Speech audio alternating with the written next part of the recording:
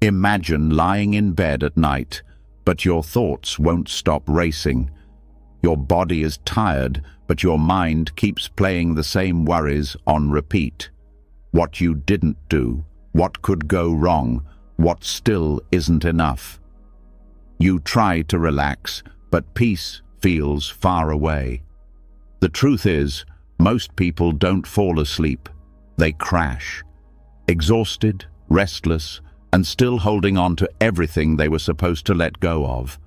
But what if bedtime wasn't the end of a stressful day, but the beginning of inner healing? What if you could train your mind to release, to rest, and to find peace from within, no matter what happened during the day? Tonight, you're going to discover Buddhist teachings that aren't just ancient words. They are living wisdom that can calm your nervous system, clear your mind, and reconnect you to a deeper stillness you forgot you had. These aren't just tips to sleep better. They are powerful mental shifts that will help you stop overthinking, stop carrying emotional weight, and let your spirit breathe. So get ready, because after this, sleep won't just be sleep. It will be a return to peace. Before we begin, make a quiet promise to yourself. Write in the comments, "Tonight, I choose peace. I am present." You're not just writing a sentence. You're opening the door to a calmer mind. And the more you remind yourself of that truth, the easier it becomes to feel it. So write it down now, and let's begin this journey inward. And now, let's begin. If true peace is something that can be felt, not forced, then this first lesson is where that journey truly begins. There's a quiet power that doesn't shout, doesn't seek attention, and doesn't need to prove anything to anyone. It doesn't dress itself in pride, and it doesn't crumble under criticism. It simply bows, not out of defeat, but out of understanding. That's the power of humility, not the fake kind that pretends to be small while secretly craving applause, but the kind that comes from a deep place of self-awareness, a place where peace begins to breathe. Most people misunderstand humility. They think it means lowering themselves. They think it means making their needs less important or pretending they don't have strengths. But that's not humility. That's self-erasure. And self-erasure is not peaceful, it's painful. It leads to inner conflict. The heart starts fighting with the mind. One side says, "Speak up." The other says, "Stay quiet." One says, "You deserve better." The other says, "Don't make trouble." And in that tug-of-war, peace gets strangled. True humility, the kind taught by Buddhist masters and lived by monks who have nothing but still seem to have everything, doesn't erase the self. It reveals the truth of it. Humility is not about becoming invisible. It's about becoming clear. It's the art of stepping back from the ego without stepping out of your life. It says, "I don't need to dominate. I don't need to hide. I just need to be honest about where I stand." This kind of humility begins when you stop trying to control how others see you. Because let's be honest, half of our suffering comes from trying to maintain an image. We want to be seen as strong, capable, wise, important. But the truth is, most of the time we're just guessing, hoping we're doing okay. When we finally admit that we don't know everything, that we sometimes feel lost, that we're learning as we go, it's not weakness, it's freedom. The masks fall, and what's left is peace. In Buddhist teachings, there's a phrase, "Bow to what is." That bow is not just physical, it's a posture of the mind. It means accepting the truth of the moment without resistance. If anger arises, bow to it. If fear shows up, bow to it. Not because you love it, not because you want it to stay, but because it's real. And bowing to what is real takes strength. It disarms the fight. And when the fight ends, something softer can begin. People confuse this with giving up. But humility is not about surrendering your dreams. It's about surrendering your delusions. Delusions like, I must always be right. I must always look good. I must never fail. These ideas are heavy. They crush peace. And when you drop them, not because someone told you to, but because they no longer serve you, you find lightness again. Humility also has the power to heal relationships. Not by making you the one who always apologizes, but by making you the one who listens. Most arguments aren't about truth. They're about ego. Who gets the last word? Who was more hurt? Who gets to be the victim? But humility steps out of the courtroom and says, I'm not here to win. I'm here to understand. That's when walls come down. That's when hearts open. It's easy to say, I'm a humble person. It's harder to practice humility when someone insults you, when someone overlooks you, when someone misunderstands your silence. The ego wants to correct, defend, fight back, but the humble mind says, I don't need to prove my worth. I know who I am, even if you don't.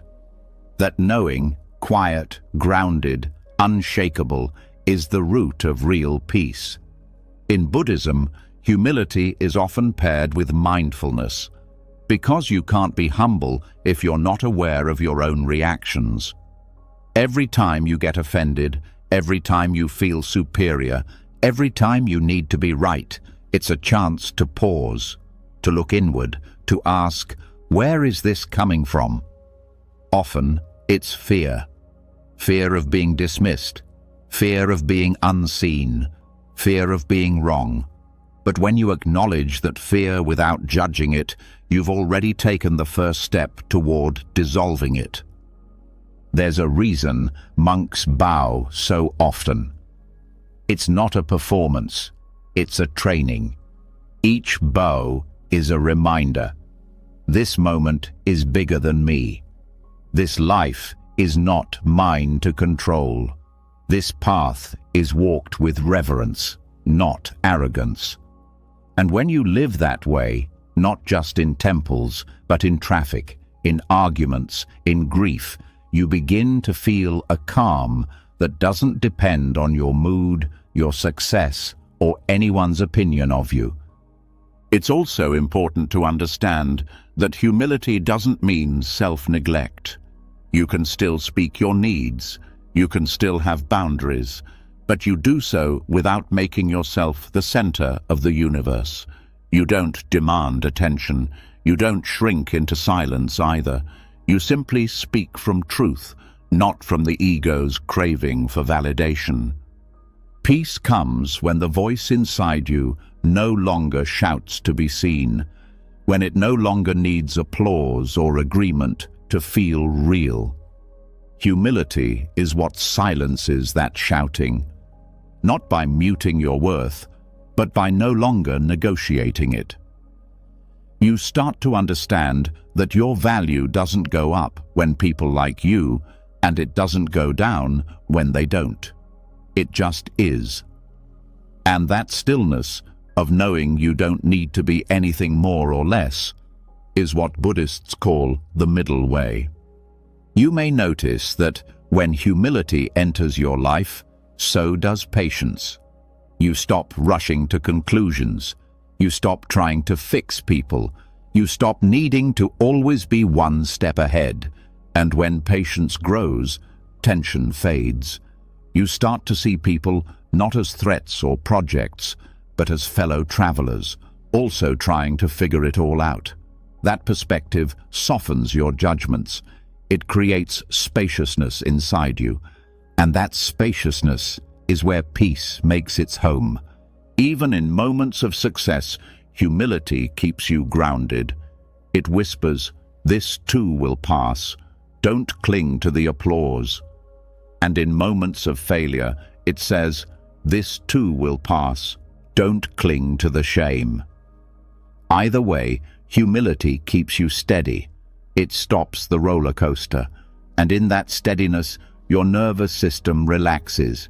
Your breath deepens. Your sleep becomes easier. Your thoughts become quieter. There's an old Zen story of a student who came to a master with questions. He spoke at length, showing off all he knew. The master served tea and kept pouring until the student's cup overflowed.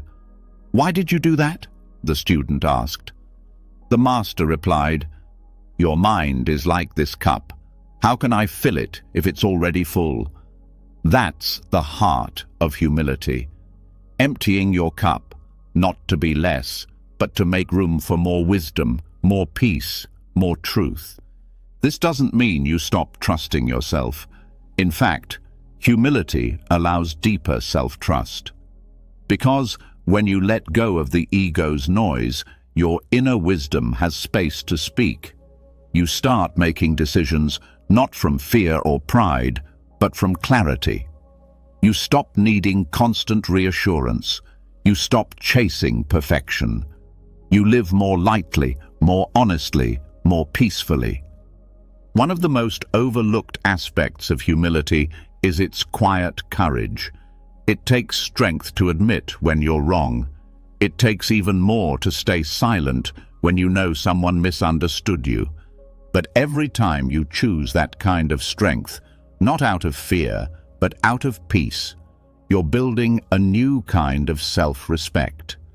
The kind that isn't shaken by criticism or inflated by praise. People often chase peace by trying to control their outer world. But humility flips that on its head. It says, stop trying to make everyone treat you a certain way. Start noticing how you treat your own mind. That's where the real power is.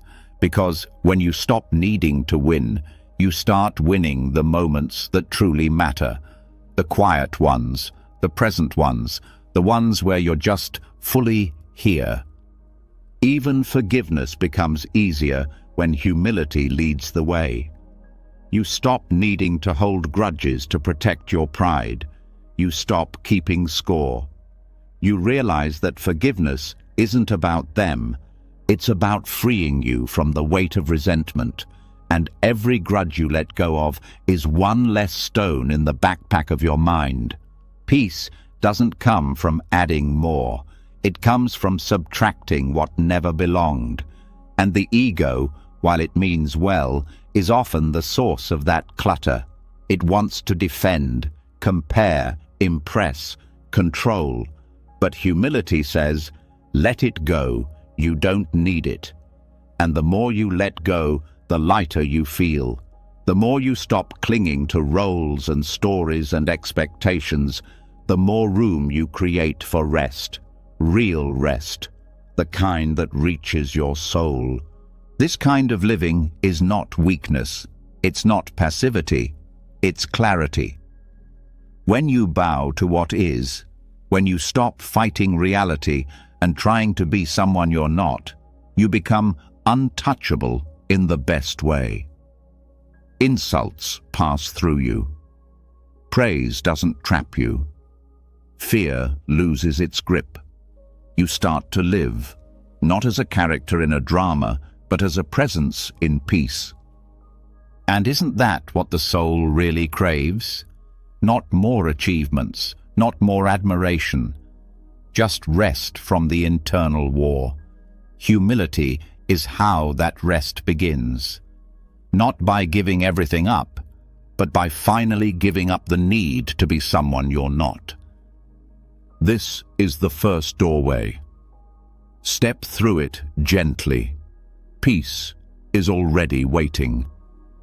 And now that we've gently opened the door to peace through humility, by loosening the grip of the ego and softening the inner stance, we step into a space far quieter, yet even more transformative. Because after the bow comes the pause. And it's in that pause, between wanting and having, between seeking and grasping, where the stillness begins to hum. There's a subtle space that exists in every human mind. A space so quiet, so easily overlooked, that most people go their whole lives without noticing it. It lives between two desires, between the end of one craving and the birth of another. That space is not empty in a lifeless way. It's empty in the way a calm ocean is empty of waves, but full of depth. This is where peace waits, not in the satisfaction of desire, but in the silence between them. Most people don't know how to rest in this space. They go from one craving to the next, like stepping stones across a river. One desire isn't even fully fulfilled before the next one begins. The mind says, "I need this," and as soon as it's gained, it says, "Now I need that." It's endless, it's exhausting, and it creates a background noise in life that never stops. But if we slow down, if we pause between those cravings, something incredible happens. The noise fades, the mind softens, a new kind of silence is heard. Buddhism calls this nirodha, the cessation. Not the death of life, but the gentle dissolving of grasping. When you're no longer chasing or reaching or pulling life toward you, and you're also not pushing it away, there's just this open space. You're not clinging, you're not resisting, you're just being. That state is where freedom breathes. This isn't about suppressing desire. Suppression creates tension. It turns desire into a locked box instead of a passing breeze. This is about seeing the nature of desire clearly, watching it rise, watching it peak, watching it fall away, and choosing to rest in the still point before the next one takes its place. That still point is not boring. It's alive. It's the pause that makes all peace possible. It happens in micro moments all day long. You finish your coffee, and before your hand reaches for your phone, there's a second. That second is pure. If you catch it, if you rest there, even for a breath, it stretches, it deepens, it becomes a doorway. But most miss it. The hand grabs, the habit kicks in, the mind moves forward without ever stopping. Desire is not evil, but it's relentless. It's designed to continue. The job of desire is to keep us reaching, and while that reaching is what drives progress, it also drives suffering, because the mind becomes addicted to motion, to having something just out of reach, and peace, real peace, can't survive in constant motion. It needs stillness, not for hours, not for years, just for now. There's a kind of discipline in learning to rest between cravings. Not a harsh one, a tender, aware discipline. The discipline of presence. When you feel the urge to check something, buy something, say something, react to something, pause. Don't forbid the action, just wait, breathe, observe. In that breath, you'll notice something sacred. You're not the craving, you're the one noticing it. That distinction is life-changing. Because if you are not your desire, then you are also not your restlessness. You are not your grasping. You are not your hunger. You are the quiet that holds it, the sky that holds the clouds. That realization doesn't come from thinking. It comes from pausing, from sitting in the silence between desires. This silence also reveals what truly matters. When you rest in it, you start to see which desires are real and which are just echoes. Some are deep and meaningful. The desire to connect, to grow, to serve. Others are just noise, cravings born from boredom, from marketing, from loneliness disguised as urgency. In the pause, the false ones dissolve. Only what is real remains. Even pleasure becomes deeper when you know how to rest between desires, because you're no longer rushing from one moment to the next. You taste, you feel, you receive, and when it's done, you let go. You don't drag the experience into the next hour. You don't chase it in the next activity. You let the silence speak, and it always has something to say. Monks practice this silence not just in meditation, but in walking, eating, breathing. Every moment becomes an opportunity to rest in the pause. It's not a pause of doing nothing, it's a pause of non-grasping. They eat slowly, not because they have nothing to do, but because they have everything to feel. And feeling deeply requires stillness. In modern life, we're trained to fill every pause. Waiting in line, check your phone, commercial break, open another tab, awkward silence, talk. But the truth is, the silence is not the enemy. It's the teacher. It's where your nervous system resets. It's where the answers arise without force. It's where your soul gets a word in. If you can learn to sit in this silence, even for a few seconds a day, the ripple effects are enormous. You'll start to feel less anxious, less reactive, less consumed by things that don't matter. You'll start to experience life as a flow rather than a chase. And the flow always feels more peaceful than the pursuit. This teaching is subtle but powerful. It doesn't give you more things to do. It gives you permission to stop grasping, to stop rushing, to stop needing every moment to deliver something. And in that stopping, there's peace. Not peace because the world is perfect. Peace because you're no longer pushing the world to be different. It's easy to believe that peace will come after the next achievement, the next relationship, the next breakthrough. But Buddhist wisdom flips that belief. It says, peace is here, right now, between the last desire and the next. It's been waiting, but it won't shout. You have to get quiet enough to hear it. When you do, something shifts. You stop running. You start arriving. Not once, again and again, with every pause, with every breath. You find your way back, not to a new self, but to the self that was there all along, beneath the wanting. Even physical relaxation deepens in this space.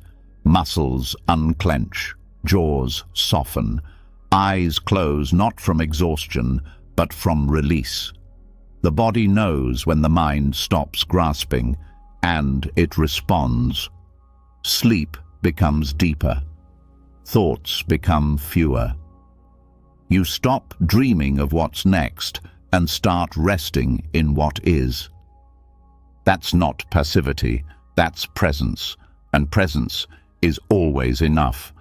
There is also a kind of kindness that grows in this silence, because you start to see that everyone else is also being pulled by their cravings, their fears, their distractions. You start to forgive more easily. You judge less. You don't take things so personally. You know they're just caught in the current, like you once were, and that recognition, that's compassion. This pause between desires becomes your sanctuary. You don't have to travel to find it. You don't need silence around you. You just need to notice the stillness that's already inside. Like a pond under the ripples. It was never gone, just hidden. In that stillness, your identity softens. You stop needing to define yourself by what you achieve or acquire. You become less the one who is always trying and more the one who is always here. That shift doesn't make you lazy. It makes you clear. It makes you whole. Eventually, the pause is no longer just a break between cravings. It becomes the home you return to, a resting place, a reset. And in that place, you begin to understand a deeper truth, that peace isn't found by getting everything you want. It's found by no longer being enslaved by wanting. When you sit with this long enough, even the desire for peace becomes less frantic. It turns into a gentle longing, and then even that longing dissolves. What's left is presence. Still, silent, alive, not chasing, not hiding, just here. That's the silence between desires. That's where you'll find what you've been looking for, not out there, but in the space you've been skipping over your whole life. Breathe, feel it, let it hold you, let it teach you, let it be enough. Once the craving quiets and the silence between desires starts to feel like home, there comes a subtler kind of unrest, one that wears the mask of virtue. It doesn't scream like anger or push like greed. It whispers with good intentions. It says, fix this, improve that. You're almost there. It sounds helpful, even noble, but underneath it carries the same unrest that craving does, a more socially accepted form of restlessness, the obsession with self-improvement. The modern world is built on this obsession. Everywhere you turn, there's a message. Become better. Be more productive. Get more focused. Heal faster. Evolve constantly. And while growth can be meaningful, the endless pursuit of self-betterment can quietly become its own kind of prison. It never lets you rest. It never says you are enough. It always moves the finish line. And in that movement, peace is lost. Buddhism calls this cycle samsara, the wheel of suffering. Not just external suffering, but internal spinning, wanting, fixing, trying, failing, trying again. Not because we're broken, but because we've been trained to believe we're not okay as we are. The self-improvement mind feeds on that belief. It treats life like a self-upgrade project that never ends. At first glance, this seems harmless. After all, what's wrong with wanting to grow? Nothing. Unless the root of that growth is self-rejection. If your drive to improve comes from the belief that you're not lovable unless you change, then your pursuit becomes a form of self-violence. A disguised war against who you are now. Contentment in Buddhism is not complacency. It's clarity. It's knowing when striving is helpful and when it's harming, when action is coming from wisdom and when it's coming from fear. The fixer mind always runs on fear. Fear of not being good enough. Fear of being left behind. Fear of standing still. But stillness, when rooted in awareness, is not stagnation. It's a return to your center. This is why Buddhist practice places such strong emphasis on acceptance. Not because change is bad, but because change must grow from still soil. If you're always uprooting yourself to be better, your roots never settle. You never feel safe in your own being, and safety is what allows true transformation to unfold, not panic, not pressure, not perfectionism. Many people think they are practicing self-care, but they are actually practicing self-correction. Every journal entry, every workout, every meditation becomes another attempt to finally fix what feels wrong inside. But that energy, though it looks like healing, is secretly exhausting. It says, "I'll be okay when," instead of, "I am okay now, even as I grow." The irony is, peace never waits at the end of improvement. It waits underneath the need to improve. Not because growth is wrong, but because it's not where your worth comes from. You are not a problem to solve. You are a process to witness. And that witnessing, calm, kind, curious, is what softens suffering. Even spiritual growth can become a trap. The ego loves to dress up as the seeker. It says, "I'm more evolved now. I'm purer than before. I'm almost enlightened." But enlightenment isn't a badge. It's the dropping of all badges.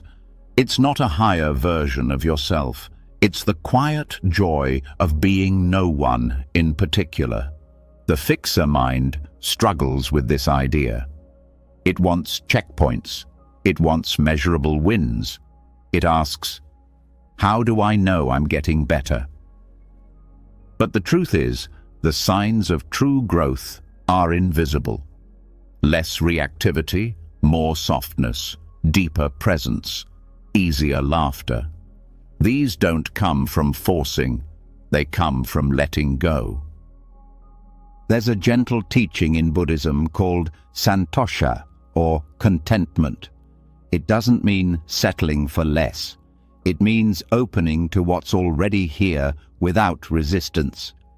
It's the space where healing happens, not because you chase it, but because you've stopped running, because you've finally sat still long enough to listen. This sitting still is radical in a culture addicted to fixing, because to sit still means to face what is, without trying to escape it, without needing to edit yourself. That kind of honesty feels unfamiliar, even scary. But it's also the doorway to deep relief. Many people are afraid that if they stop trying to improve, they'll become lazy. But the opposite is true. When the pressure to prove yourself lifts, a natural energy returns.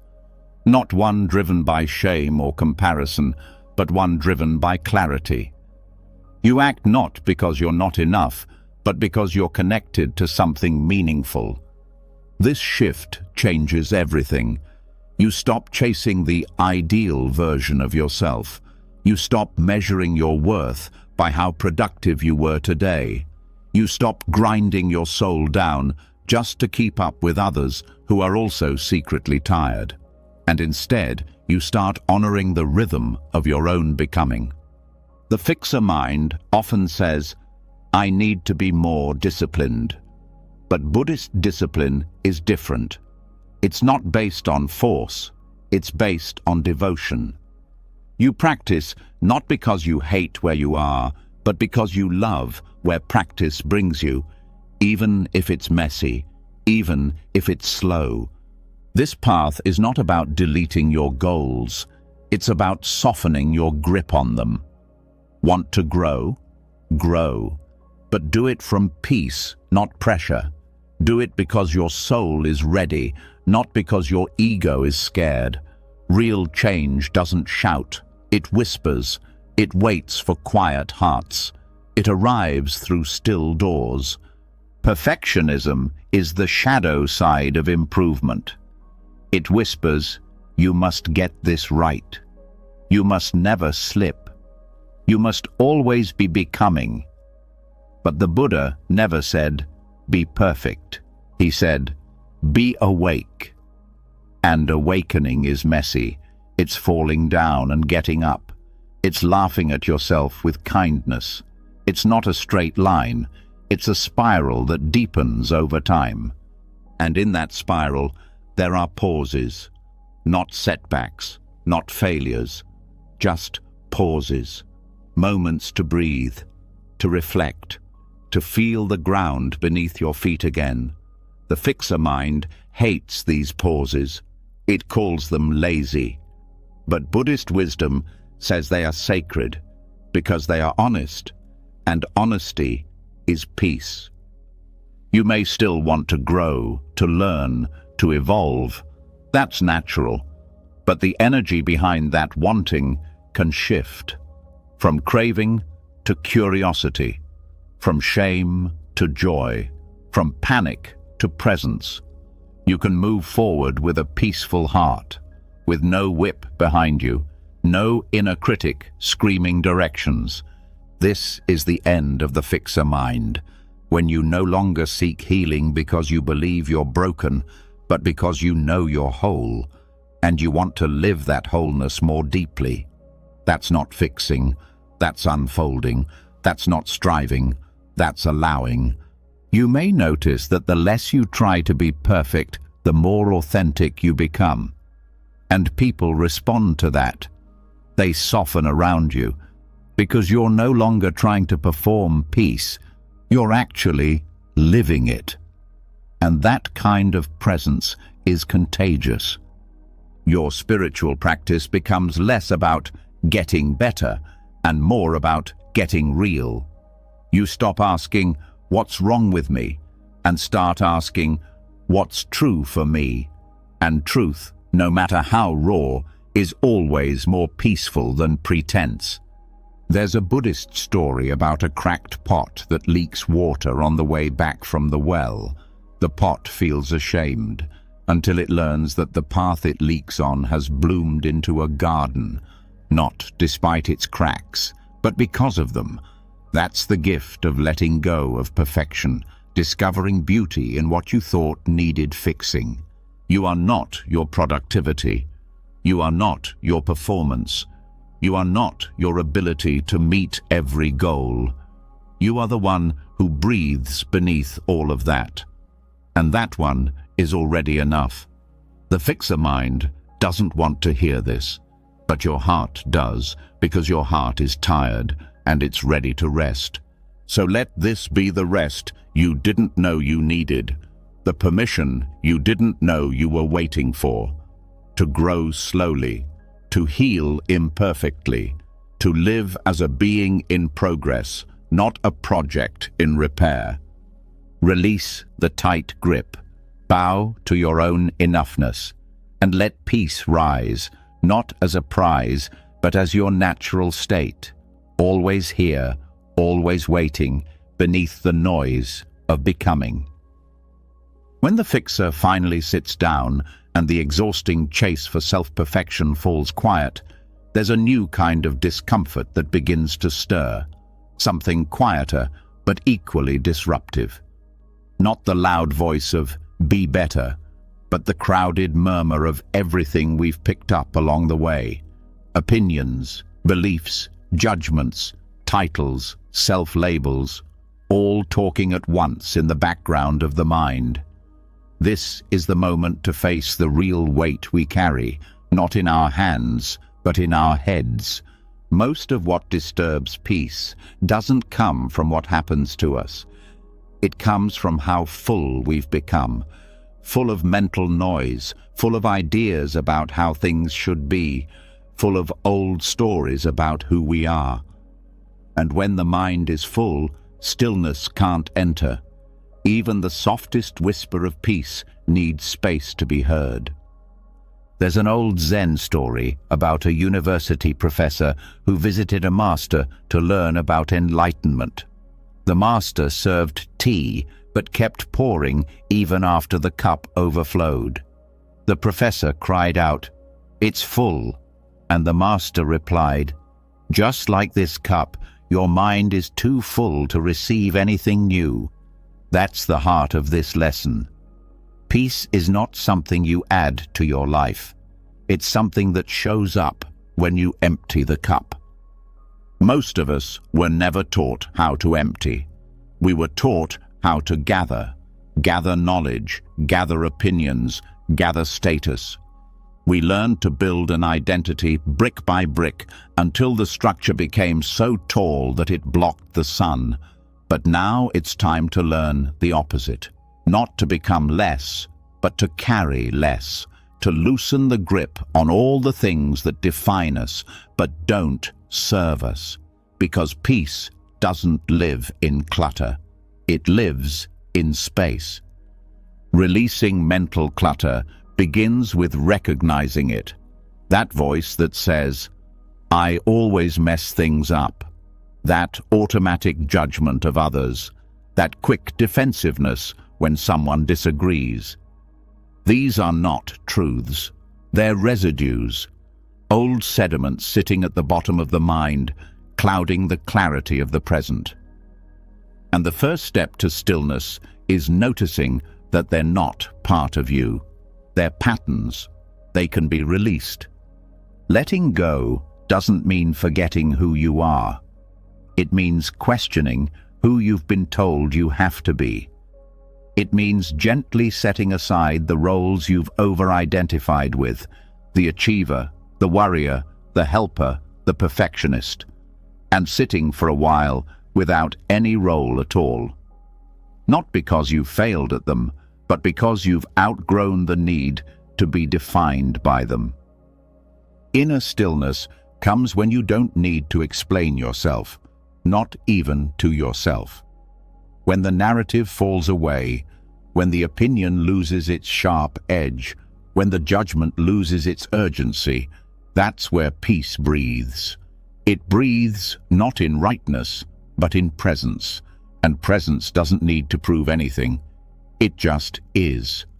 We often cling to opinions as if they're oxygen, but most of the time they're more like smoke. They cloud the room. They fill conversations with static. They keep the mind spinning in the illusion of control. This is good. That is bad. I'm right. They're wrong.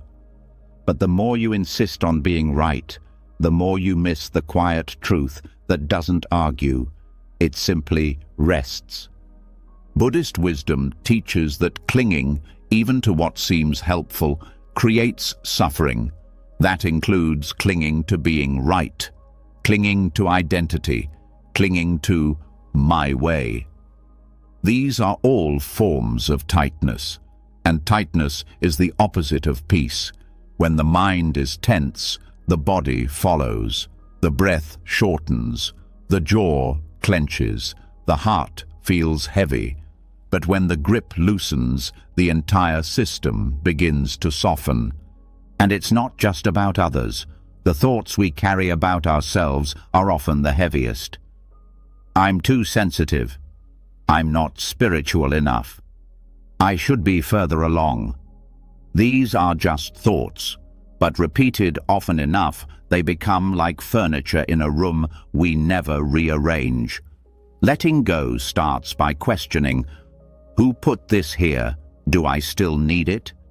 Sometimes just asking is enough to begin the clearing. There's no need to throw away everything at once. This isn't about emptying the mind until it's blank. It's about making space for silence, for reflection, for moments that don't need interpretation. Stillness doesn't come when the mind is stuffed with conclusions. It comes when the mind becomes curious again, open, receptive, like an empty cup waiting for fresh tea. One way to begin this process is through pausing before labeling. A situation arises, a thought appears, and instead of immediately deciding what it means, you wait, you watch, you let it unfold. That pause is sacred. It's a small act of rebellion against the mind's addiction to labeling everything, and in that pause, truth has room to surface. This also applies to conversations. So much tension comes from needing to defend your views, to protect your image, to control how you're seen. But what if you didn't? What if you could listen fully, speak simply, and let the rest be? That's not weakness. That's wisdom.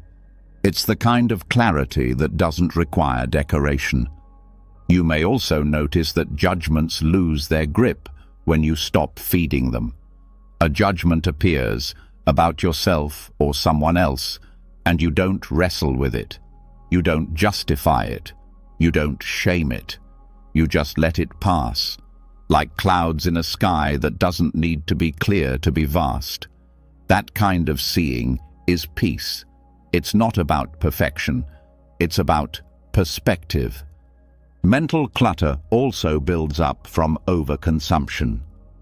Constant input, endless scrolling, opinion after opinion packaged as truth. But the mind can only process so much before it begins to swell. The path to peace is not paved with more information. It's paved with intention, with the willingness to say, "That's enough for now," and then to sit, to walk, to breathe without feeding the next mental loop. Releasing clutter means returning to presence, not by forcing silence, but by recognizing when noise is no longer useful. When thought becomes background music and you choose to listen instead to the breath, to the rustle of leaves, to the heartbeat. These aren't distractions, they are anchors, and every time you return to them, the mind clears a little more. Identity can be one of the most stubborn forms of clutter. We believe we are what we've done, what we've failed at, what we've survived. But the truth is, none of those define us. They shape us, yes, but they don't confine us. Who you are is not a label, it's an awareness, a presence, and that presence is beyond description. When you touch that presence, even briefly, opinions become less urgent. Labels feel too small. You don't need to reduce yourself to fit a box anymore. You just rest, fully, here. Stillness is not about doing less, it's about carrying less. And what we carry mentally is often heavier than what we carry in our hands. Regret, fear, comparison. These can feel endless, but they're all tied to thoughts that have overstayed their welcome. When you notice them with kindness, when you say, "Thank you, but I don't need you right now," something begins to shift. The room inside you expands. That expansion doesn't need an audience. You don't need to broadcast your letting go. This isn't about becoming a different person. It's about becoming lighter as you are, dropping the excess. And when you do, life doesn't shrink. It opens. Your attention becomes sharper. Your heart becomes softer. Your rest becomes deeper. In this space, peace doesn't feel like an achievement. It feels like a return, like remembering a song you forgot you loved, a stillness you once knew before the world told you who to be. And in that remembering, the noise begins to fade, not because you fought it, but because you stopped feeding it. Release doesn't always feel dramatic. Sometimes it's just a small breath, a gentle nod, a choice to let the moment be enough without wrapping it in commentary. And when those moments begin to string together, you don't just feel peaceful, you become peace itself. This is the gift of the empty teacup. It doesn't offer more. It offers less, less noise, less need, less identity. And in that less, you find everything that was missing: clarity, ease, and the deep, quiet joy of simply being. And now that the mind has begun to empty, clearing away the clutter of identity, opinions, and inner noise, what remains is a space that quietly asks to be filled with something simpler. Not more thoughts, not more effort, just breath. That soft, steady rhythm that has always been there, patiently waiting to become your home again. When everything else is too much, the breath stays. When the world spins too fast, the breath slows. It asks for nothing. and yet it gives everything. Breathing is the one thing always within reach. It's the first thing done at birth and the last thing done before death. And in between, it's often forgotten, taken for granted, overlooked in the rush to think, to speak, to act, to solve. But Buddhist wisdom teaches that the breath is not background, it's the doorway, a refuge, a temple that moves with you, a place of safety that cannot be taken, only ignored. Many people try to find peace by controlling the outer world, but the breath is the inner world's anchor. It grounds the nervous system, it steadies the emotions, and it gently pulls attention out of thoughts and into presence. But not just any breathing.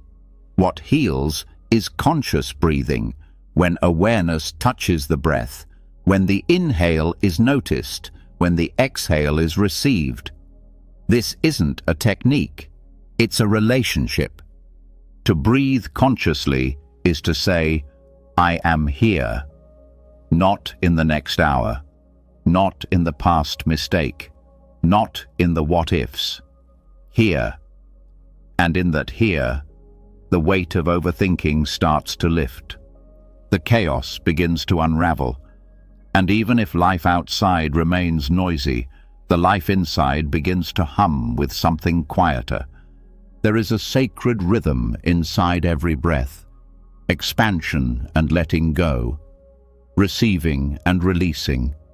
Holding and surrendering. This rhythm is not random. It reflects the nature of everything. Every emotion, every season, every stage of life follows this wave. To sync with it is to stop fighting time, stop fighting change, stop fighting the flow. And when the fight ends, peace begins. Most suffering begins when the mind disconnects from this rhythm. It races ahead, it digs into the past, it spins in judgment. And as it does, the breath shortens. It becomes shallow, tight, forced. The body tenses, the heartbeat quickens, the breath becomes an echo of the mind's panic. But the moment you return to it, softly, not with force, you begin to reset everything.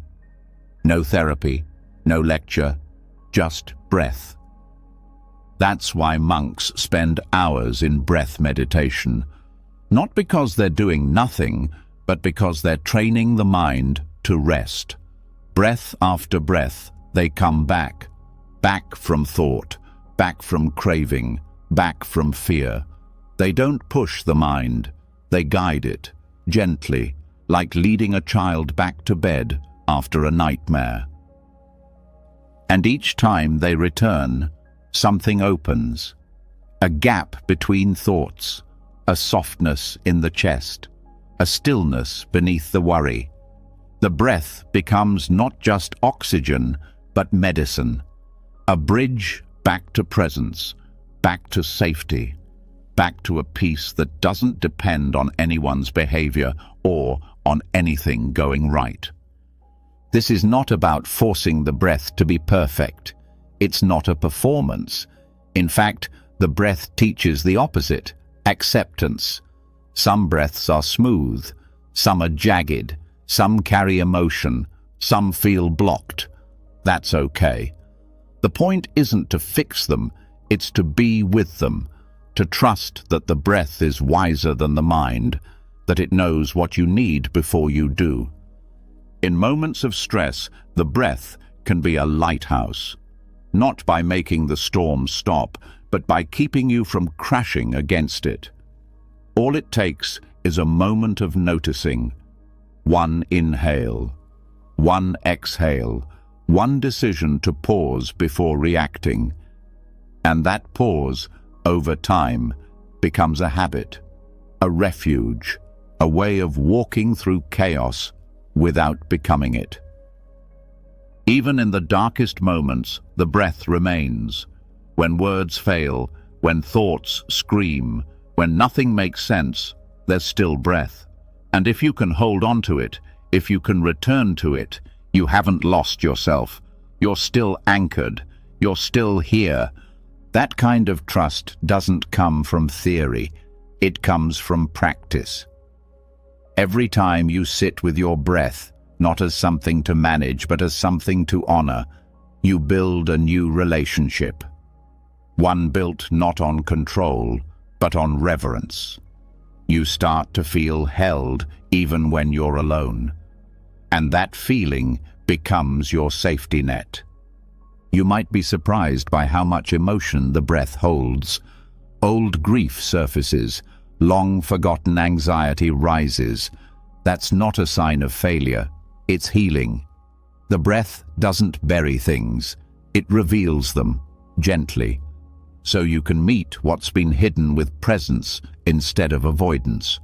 That's how trauma softens, not through analysis alone, but through presence with the body. And the breath is the body's most tender language. Daily breath awareness changes more than just stress levels. It changes how you speak, how you listen, how you move through the world. You become slower to anger, quicker to forgive.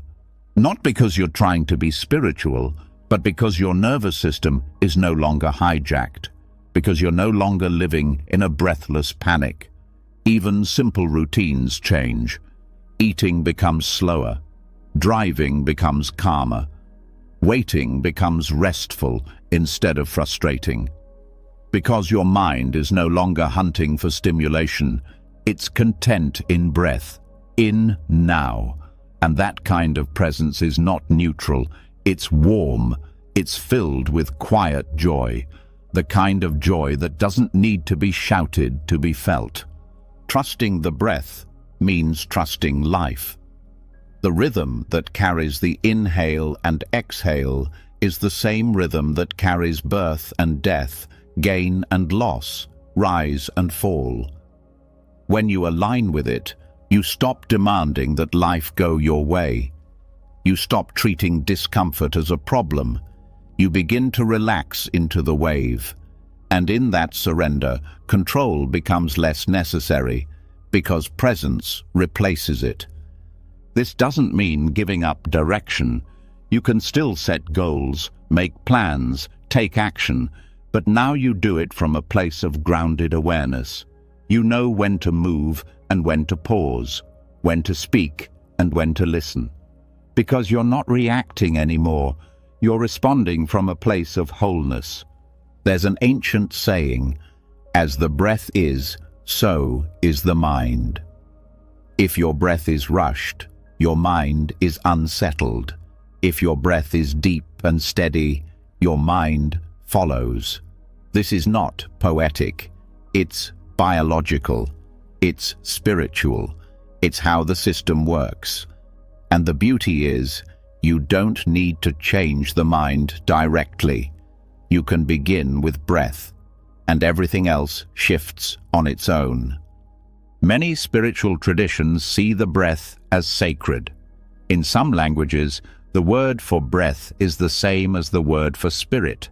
That's not a coincidence. Breath is life's whisper, and when you listen to it deeply enough, you begin to feel guided, not by ego, not by fear, but by something older, something deeper, something quiet and wise. Over time, the breath becomes more than a practice. It becomes a companion in meetings, in arguments, in sleepless nights. It's always there. You don't need to explain it. You just return, again and again, and that returning becomes your strength. Even creativity changes when it's rooted in breath. Ideas come more clearly. Decisions are made with less doubt. Because your mind is no longer tangled, it's spacious. And in that space, inspiration flows more easily. Insight arrives without force. But all of this begins with the simplest step, noticing. Noticing that the breath has been shallow, noticing that the chest is tight, and choosing in that moment to soften, not to fix, just to soften. That one act, repeated throughout the day, rewires the entire experience of living. Eventually, the breath becomes your home, not a place you visit, but a place you live from. And living from breath means living from presence, from stillness, from trust, even when things are uncertain, even when fear visits. You meet those moments not with panic, but with one inhale, one exhale, and peace remains. So return now, to the breath, to yourself, to this moment.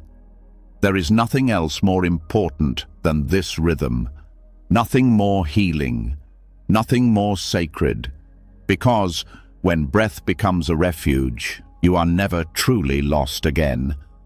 Now that the breath has become steady and sacred, a soft rhythm that grounds presence without needing permission, it's time to explore what often pulls us away from that rhythm: our emotions. Even with the calmest breath, the mind can still get swept into emotional storms. Not because emotions are wrong, but because we often mistake them for truth, for reality, for who we are. This confusion doesn't just disturb peace, it rewrites the world through a distorted lens. And to return to stillness, we must learn a new relationship with how we feel. Emotions are not the enemy. They're not signs of weakness or failure. They're messengers, temporary experiences passing through the body and mind.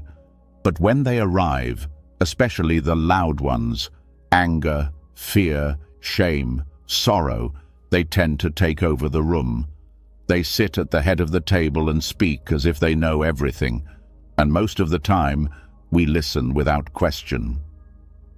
We feel fear and assume something is wrong. We feel sadness and decide life is broken. We feel anger and believe someone else is the cause of all our suffering.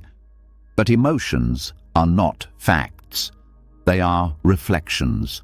They echo thoughts, past wounds, unmet needs. They reflect energy, but not always truth. The mind, when left unchecked, becomes a mirror that absorbs every emotion and believes it's real. It reflects sadness and calls it self-worth.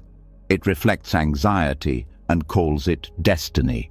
It reflects anger and calls it righteousness. But what if the mind isn't meant to be a mirror at all? What if it's meant to be a window, clear, open, letting experiences pass through without clinging? Buddhism teaches that attachment to emotion is one of the deepest sources of suffering. Not the emotion itself, but the belief that it defines us, that it must be followed, that it reveals something solid and final. But nothing about emotion is final. It rises and fades like weather.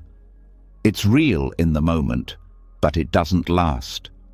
And what doesn't last cannot be your foundation. Detachment is the key, not suppression.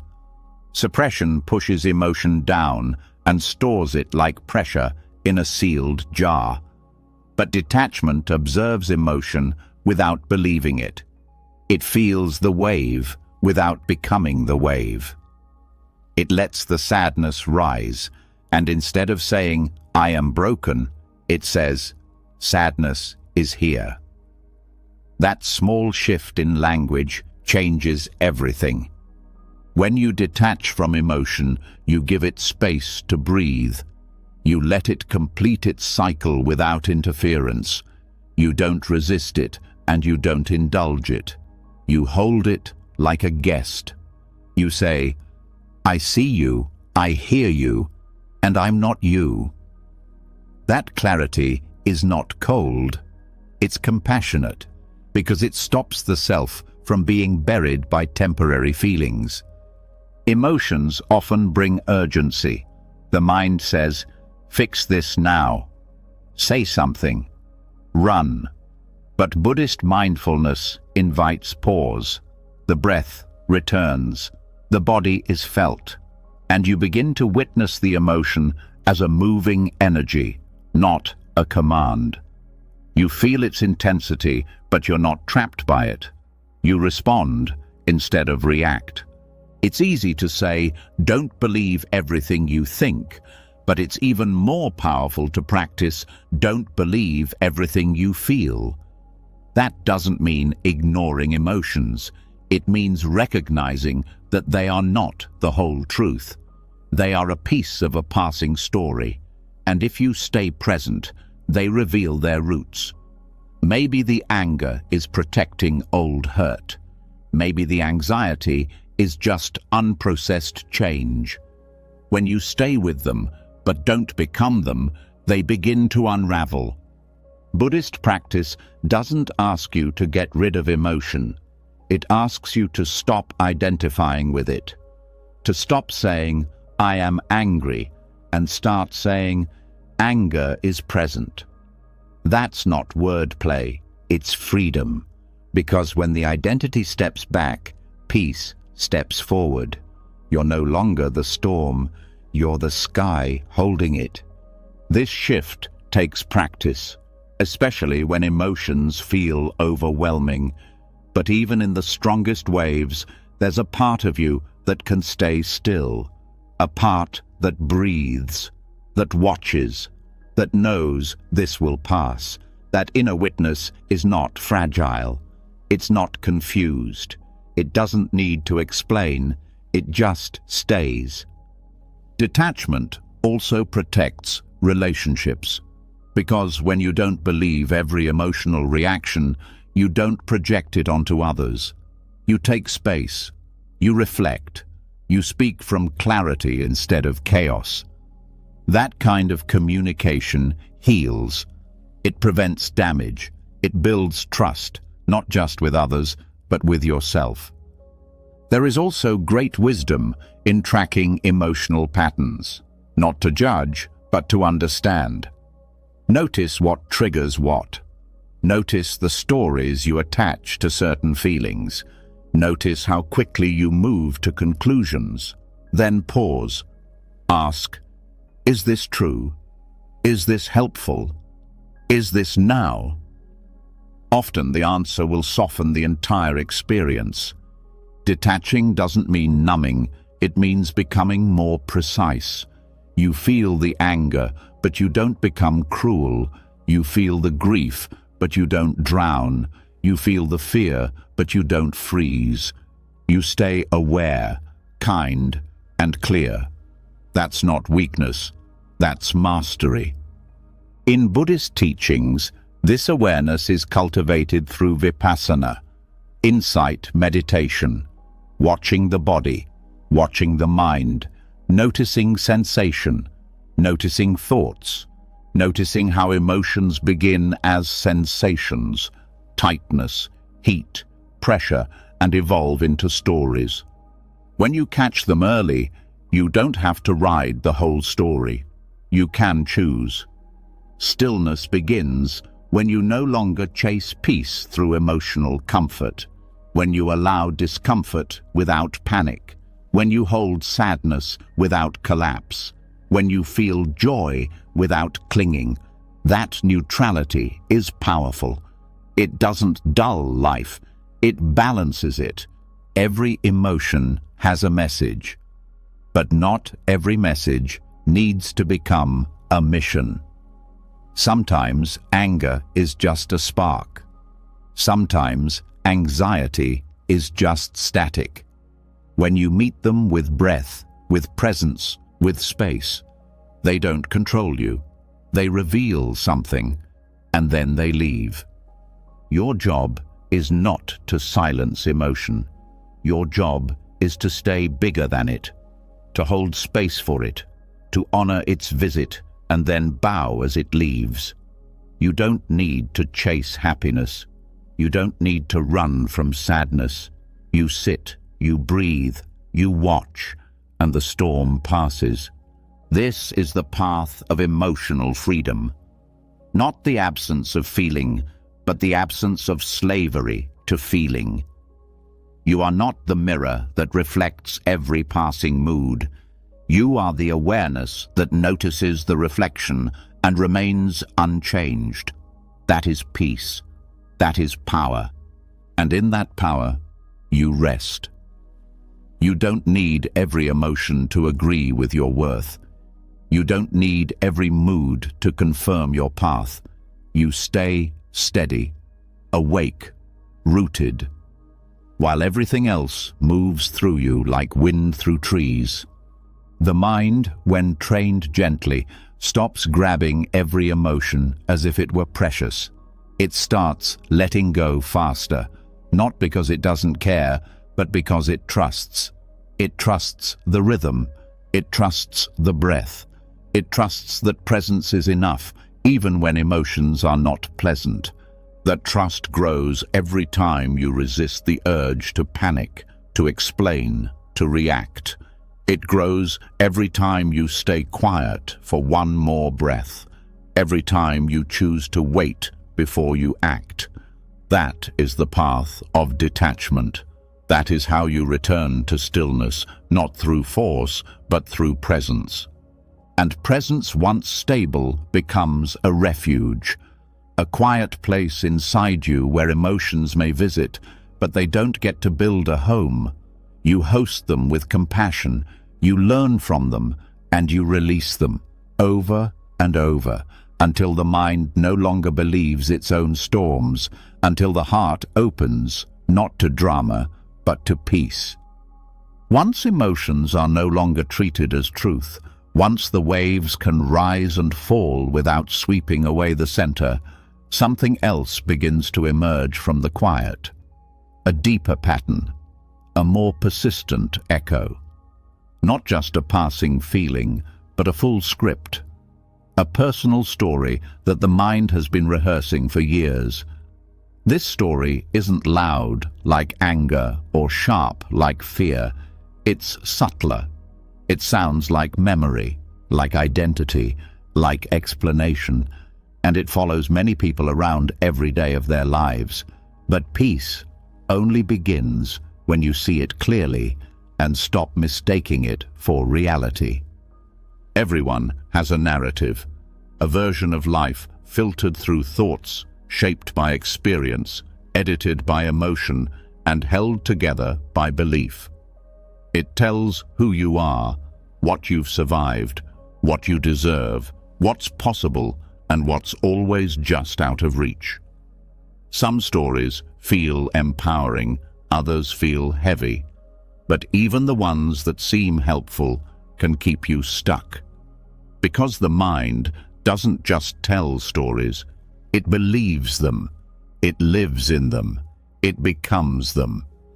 Buddhism offers a radical path. Unhook from the story, not by erasing the past or pretending nothing happened, but by recognizing that the story is not you. It's a lens, a version, a projection. A story is only a problem when it stops you from seeing what's here now. When the mind holds on to its version of events, it stops feeling life directly.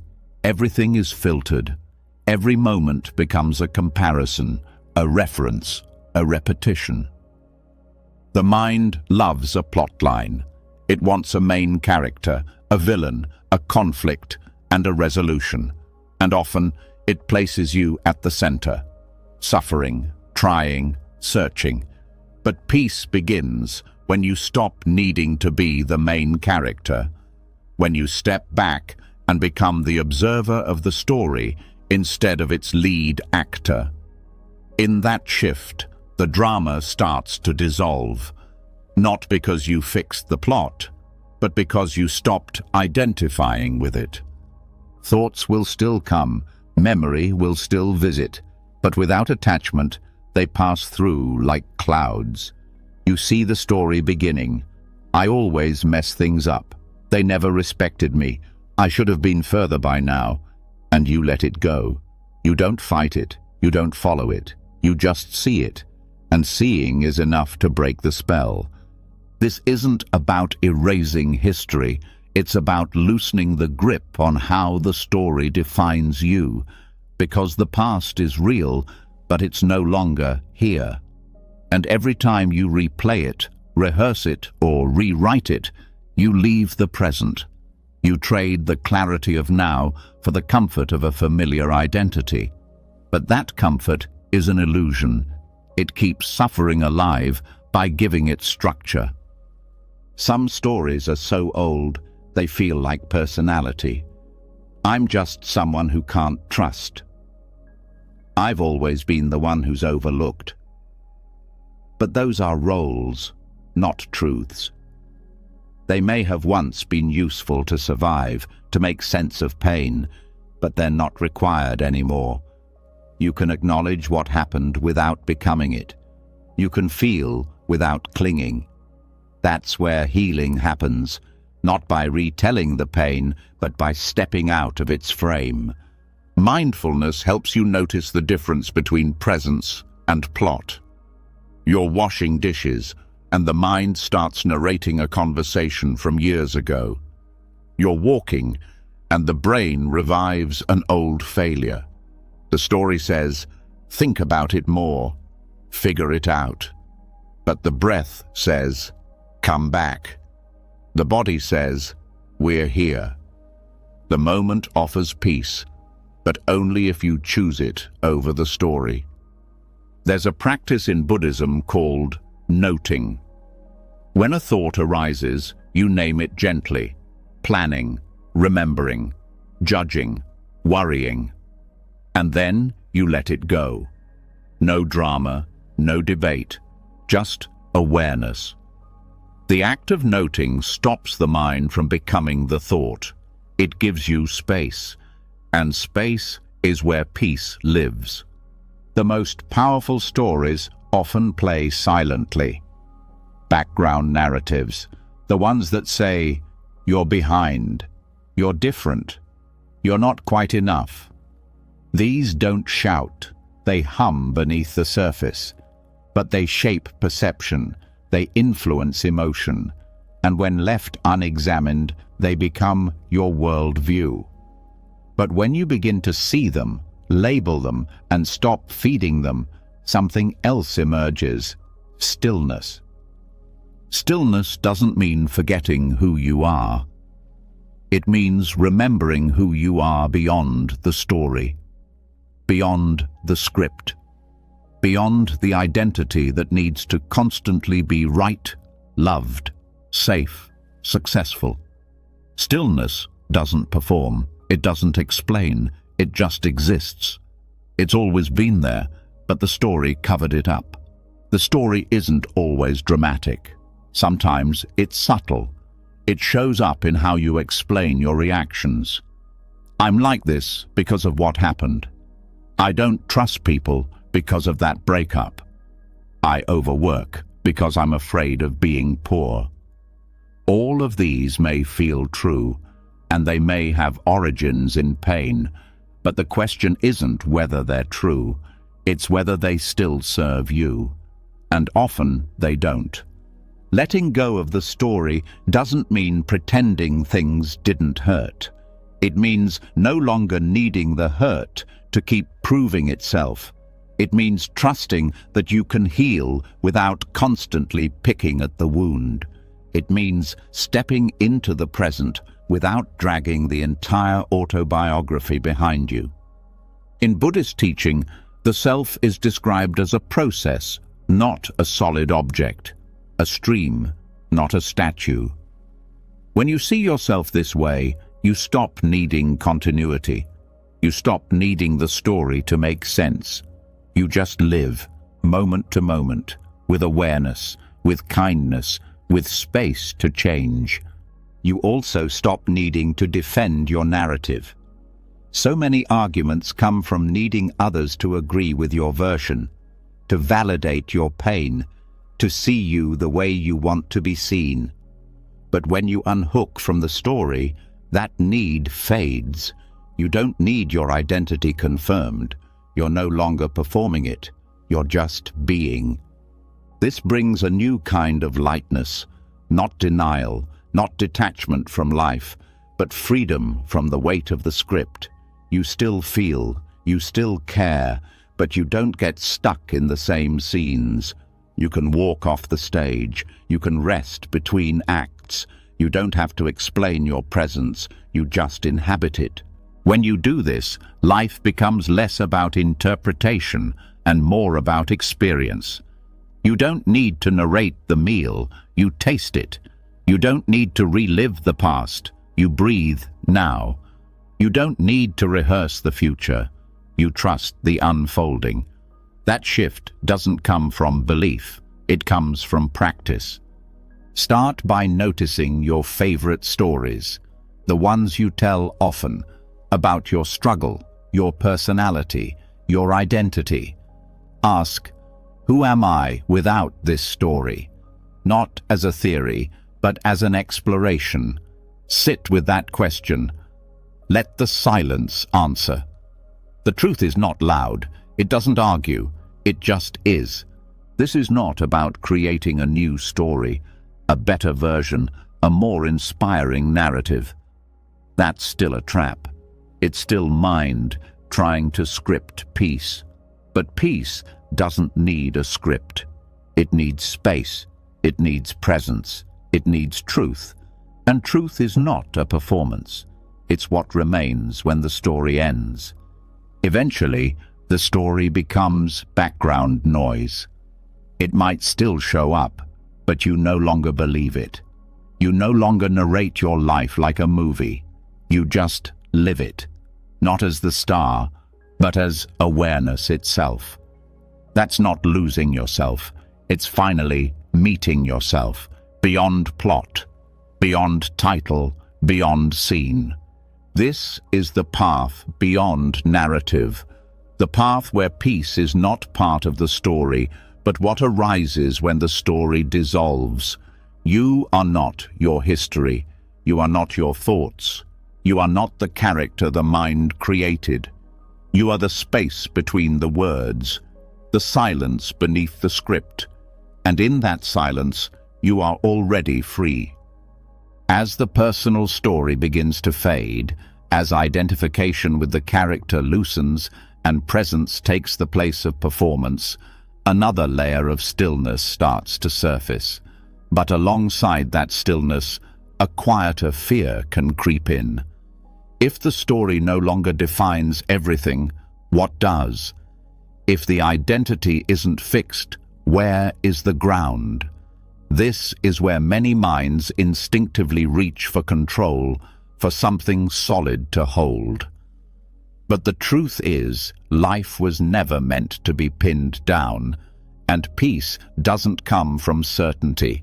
It comes from learning how to rest in the unknown. The unknown is not a flaw in life's design, it's a feature. It's the space where growth lives, where change breathes, where wisdom begins. Yet, for most people, uncertainty feels like a threat, a crack in the floor, a failure to plan. But in Buddhist teachings, uncertainty is not the enemy, it's the teacher. It reveals what clinging hides, it exposes what control masks, and it brings you back to the one place that's always honest, now. The discomfort with uncertainty comes from a deep conditioning to equate peace with control. If everything goes according to plan, if every outcome is predicted, then safety feels possible. But that idea only works on paper.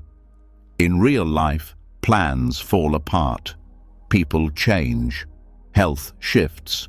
Loss arrives. And when peace is built on certainty, every unexpected turn feels like a crisis. But when peace is built on presence, even the unexpected can be held with calm. Buddhist practice begins by turning toward impermanence, not away from it. It teaches that nothing is fixed, not the body, not the mind, not success or failure, not joy or sorrow. Everything changes, and instead of resisting this truth, The practice is to bow to it, to soften into it, not with defeat, but with trust. Trust not that everything will be easy, but that everything will move, that nothing stays forever, including fear.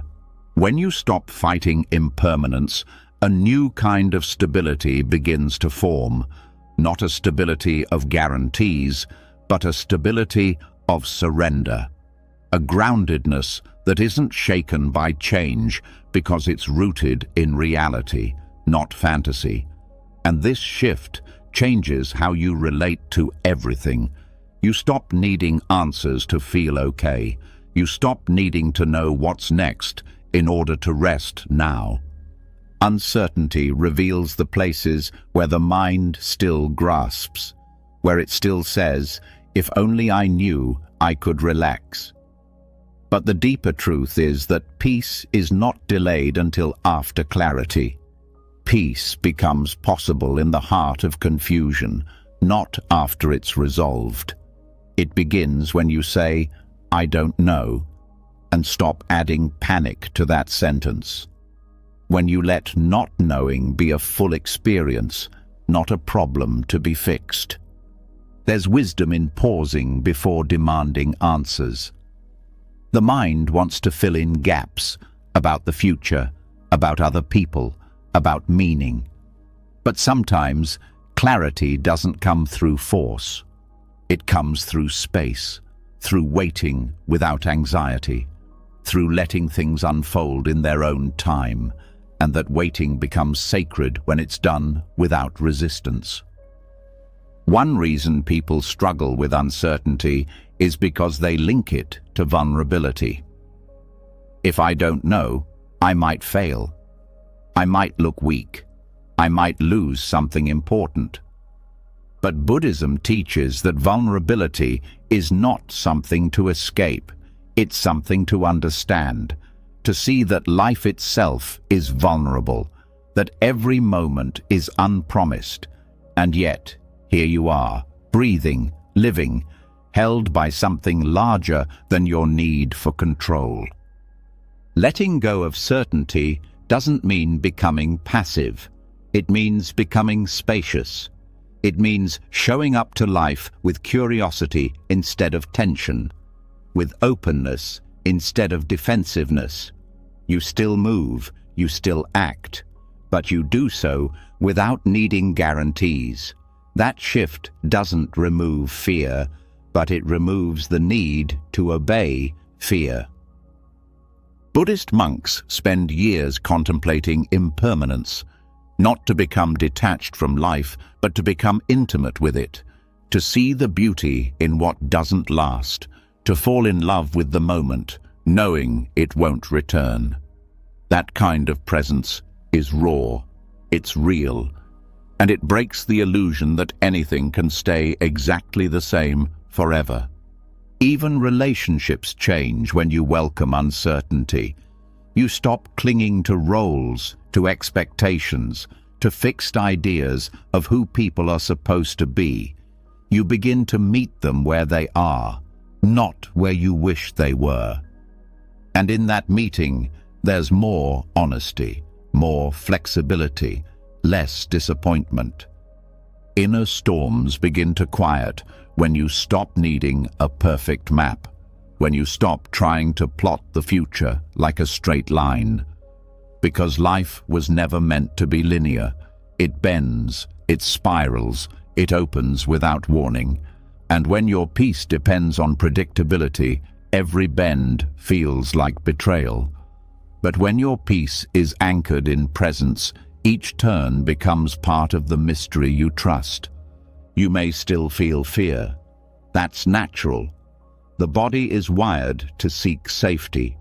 But Buddhist practice helps you differentiate between real danger and imagined threat. Uncertainty is not a tiger. It's a blank page.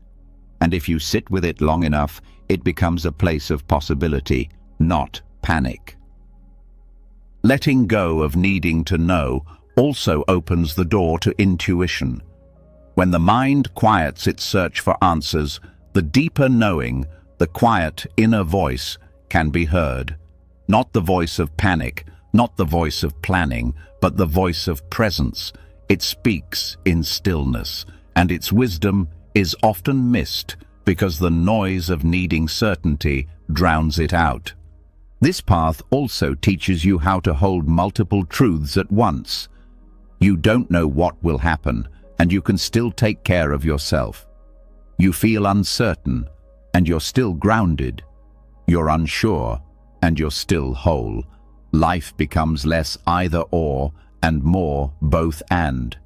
That flexibility is what allows resilience to grow. Uncertainty also brings humility. It reminds you that you don't have all the answers. And that's not a failure. It's a relief. You don't have to know everything. You don't have to solve everything. You get to be a participant in life, not its director. And in that humility, a quiet wisdom rises, the willingness to learn, to be surprised, to adapt. Even grief changes when you welcome uncertainty. You stop demanding that things stay. You start honoring what was and holding space for what might be. That holding is soft, it's brave, and it doesn't require resolution. It only asks for presence. Buddhist teachings often compare life to a river, always moving, never the same twice. Trying to freeze a river turns it into something it's not, but floating with it, learning its currents, respecting its depth, that's peace. Not because you control the water, but because you've stopped resisting its flow. This doesn't mean giving up hope. It means releasing the need to force hope into a shape. You still dream, you still care, but you don't demand that everything go according to plan. You understand that uncertainty is the birthplace of all new things, of every beginning, of every turning point. And in that space, something sacred starts to grow. A faith not in outcomes, but in your ability to meet whatever comes. A quiet confidence rooted not in knowing, but in being, in showing up, in breathing through the questions without rushing toward answers. Eventually, the unknown stops feeling like a threat. It starts feeling like a companion, a reminder that you are not in charge of the universe, but you are deeply connected to it, that you don't need to know everything to feel safe. You only need to return to this moment, again and again. This is the blessing of uncertainty. It doesn't guarantee comfort. It invites truth. It asks you to live without a script, to breathe without prediction, to love without holding back. And in that way, it gives more than certainty ever could. Not a fixed path, but a free one. Not control, but surrender. Not answers, but peace. Once the grip on certainty loosens and presence becomes strong enough to carry questions without panic, another challenge often arises. One that's not about managing your own experience, but holding space for others. Because even in the quiet of personal peace, the suffering of others can feel overwhelming. A friend breaks down, a partner struggles, a stranger bleeds through their silence, and suddenly your heart doesn't know whether to hold or to run. This is where compassion can get tangled, and where the practice of wise compassion begins. Caring deeply is a strength, but without boundaries, that strength can become a burden. Compassion is not meant to drown you. It's meant to open you without collapse. In Buddhism, this balance is known as wise compassion. It's a love that sees clearly, a kindness that doesn't confuse helping with rescuing. It's the practice of being present with pain without becoming trapped in it. Many people think compassion means taking on others' emotions, absorbing their wounds, giving everything until there's nothing left. But that's not compassion. That's entanglement. That's the heart trying to fix what it can't control, often to avoid the discomfort of helplessness. And underneath that impulse to fix is often a fear, not of the other's pain, but of your own feelings in the presence of it. True compassion begins with steadiness, with staying rooted in your own presence even while another breaks apart. Not coldly, not distantly, but clearly. You don't need to mirror their suffering to validate it. You don't need to make their pain your home in order to care. Compassion says, I see you, I feel you, and I will not abandon you, but I will not lose myself either. This balance is subtle. The mind often rushes in with urgency. Say something, do something, solve something. But the most healing presence often comes not from action, but from space. From being able to hold another's pain without trying to erase it. That space says, your experience is safe with me. You don't have to change it. You don't have to hide it. And I don't need to carry it for you. The mistake is in thinking that love means suffering with. But empathy, when unmanaged, can become over-identification. It moves from I care about you to I am you. And that collapse creates confusion.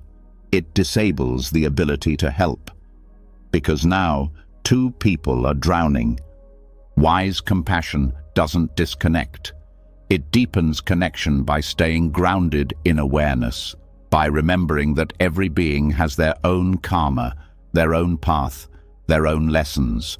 You can walk beside someone, but you can't walk it for them. That's not detachment. That's respect. That's humility. It honors the other's strength instead of assuming they need saving. This kind of compassion begins with clarity about your role. Are you being present or performing usefulness? Are you listening or trying to soothe your own discomfort? Are you offering support or trying to control the outcome? These questions are not accusations. They're anchors. They keep your presence honest. In Buddhist teaching, compassion, karuna, is always paired with wisdom. Without wisdom, compassion burns out. It becomes martyrdom. But with wisdom, compassion regenerates. It becomes sustainable.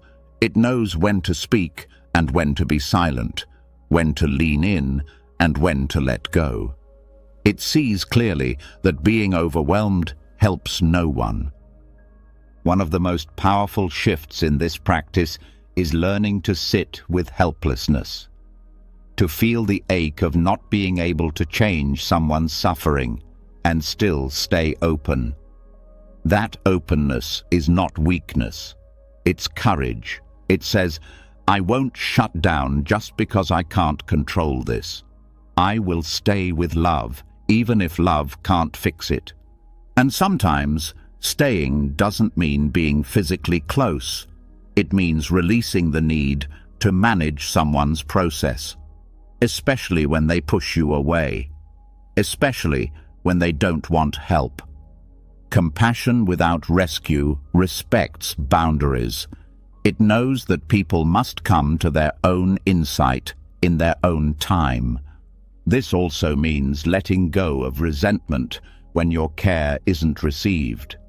Because often, care is offered with strings, expectations of gratitude, of change, of appreciation.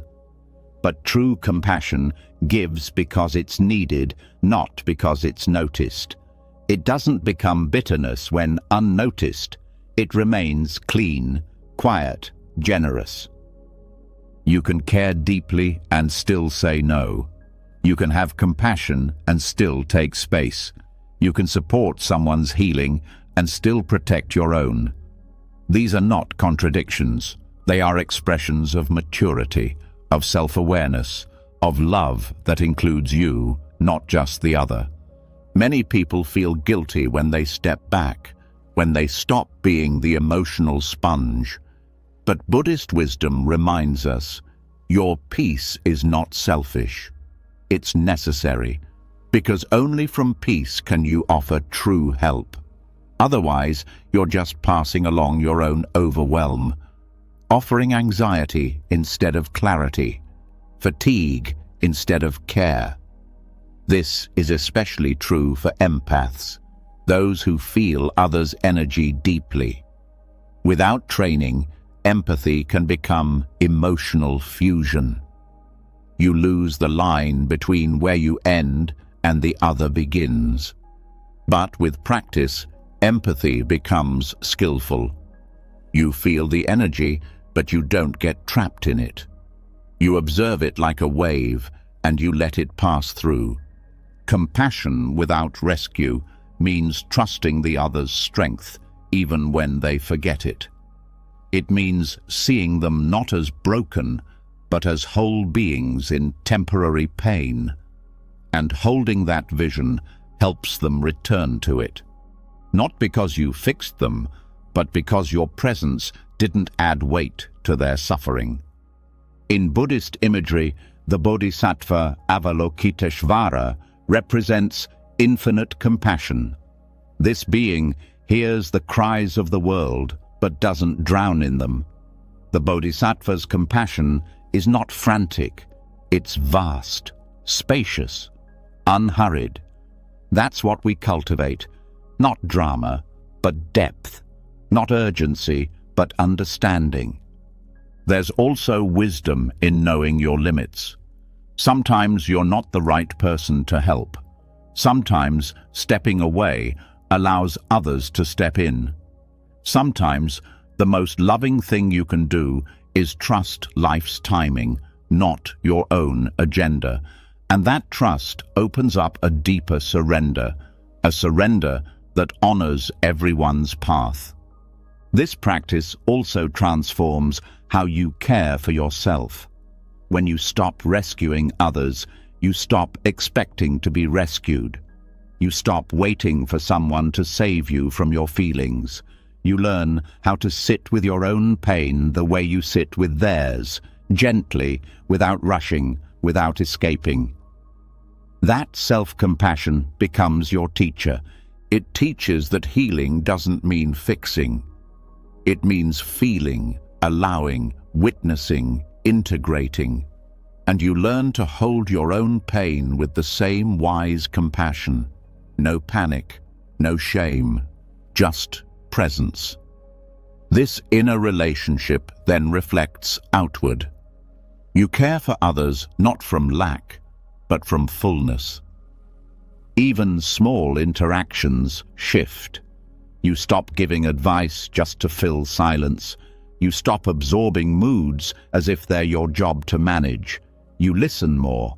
You wait more. You trust more. Because you understand now, compassion is not about solving, it's about seeing. You'll still feel. You'll still care. But it won't undo you, because you're no longer trying to carry what isn't yours. You're no longer turning love into burden. You're letting love be what it was always meant to be, light, steady, clear. This is the heart of wise compassion, a compassion that walks beside, not ahead, that offers presence, not pressure, that trusts that even in suffering, something sacred is unfolding. And you don't need to control it. You just need to stay rooted, to breathe, to care without collapse. That kind of love changes everything. Not because it fixes pain, but because it refuses to abandon anyone, including yourself, in the face of it. It's the love that stays grounded, open, awake. And in that kind of love, both peace and strength are born. As the practice of wise compassion deepens, where caring no longer means carrying, and where space becomes as sacred as support, another layer of unrest begins to reveal itself. Not the pain of others this time, but the quiet, constant hum of dissatisfaction within. It's the feeling that lingers even in moments of peace, the whisper that says something is still missing, that who you are, what you have, and what you've done might never be enough. And this illusion of lack is one of the deepest roots of suffering. This feeling of not enough rarely shouts. It shows up subtly, in the impulse to improve, in the need to compare, in the discomfort with stillness. It hides behind ambition, behind productivity, even behind acts of service. It convinces the mind that peace must be earned, that joy must be justified, that wholeness is somewhere just beyond the next achievement. But Buddhism teaches a different path, a radical path, one that says enough is not a finish line, it's a decision, and contentment is not passive, it's powerful. The Dhamma, the truth of things, points to the source of our restlessness. It reveals that suffering doesn't come from what we lack, but from the belief that lack defines us. That belief becomes a lens. It colors everything. A compliment is not fully received because it doesn't match the self-image. A success doesn't feel real because the inner voice says it could have been better. Even love feels incomplete because the mind is measuring its intensity, its frequency, its proof. This illusion of lack is not just personal, it's cultural. From early on, people are trained to look for what's missing: better grades, better bodies, better lives. Contentment is seen as settling, stillness as laziness. But Buddhist wisdom turns this on its head. It says that contentment is not the absence of growth. It's the presence of awareness. It's what happens when the hunger stops controlling you. Contentment is not denial. It doesn't ignore pain or injustice.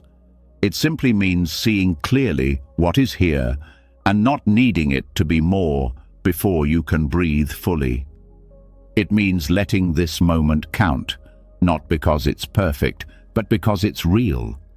And reality, when met without craving, becomes sacred. One of the most liberating realizations on the spiritual path is that not enough is not a truth. It's a habit, a mental groove worn deep by repetition. But like any habit, it can be seen. And once it's seen, it begins to loosen. You notice when it arises, while scrolling, while talking, while sitting in silence. The mind says, more. And in that moment, you don't need to obey.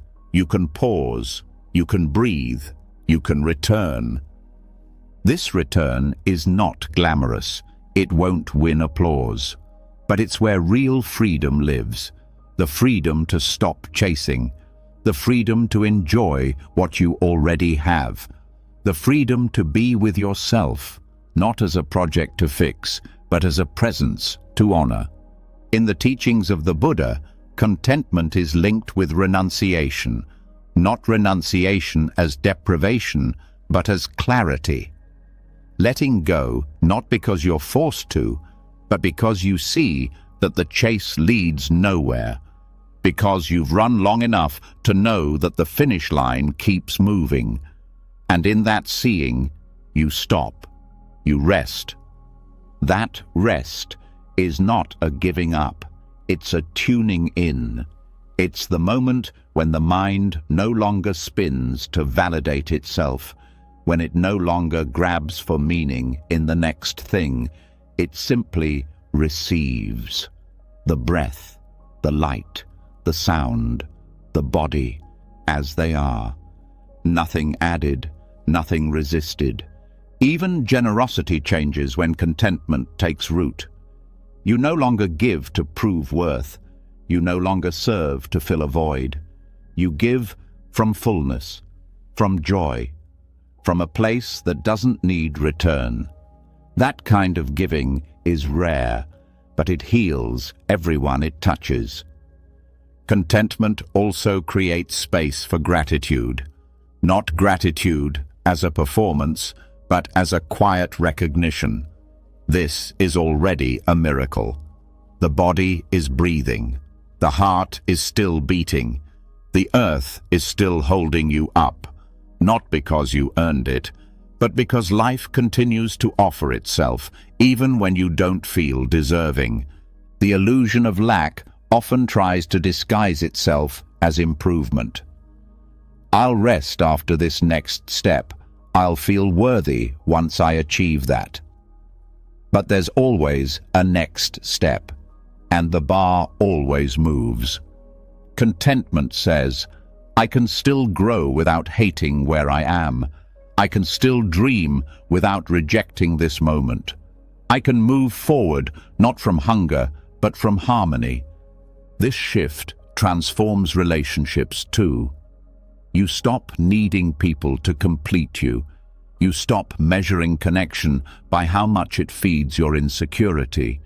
You begin to show up differently, less needy, more open, less entitled, more generous, because you're not trying to squeeze love from others, you're offering it from within.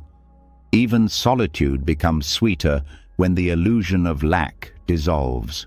You're no longer alone because no one wants you. You're alone because peace is enough company.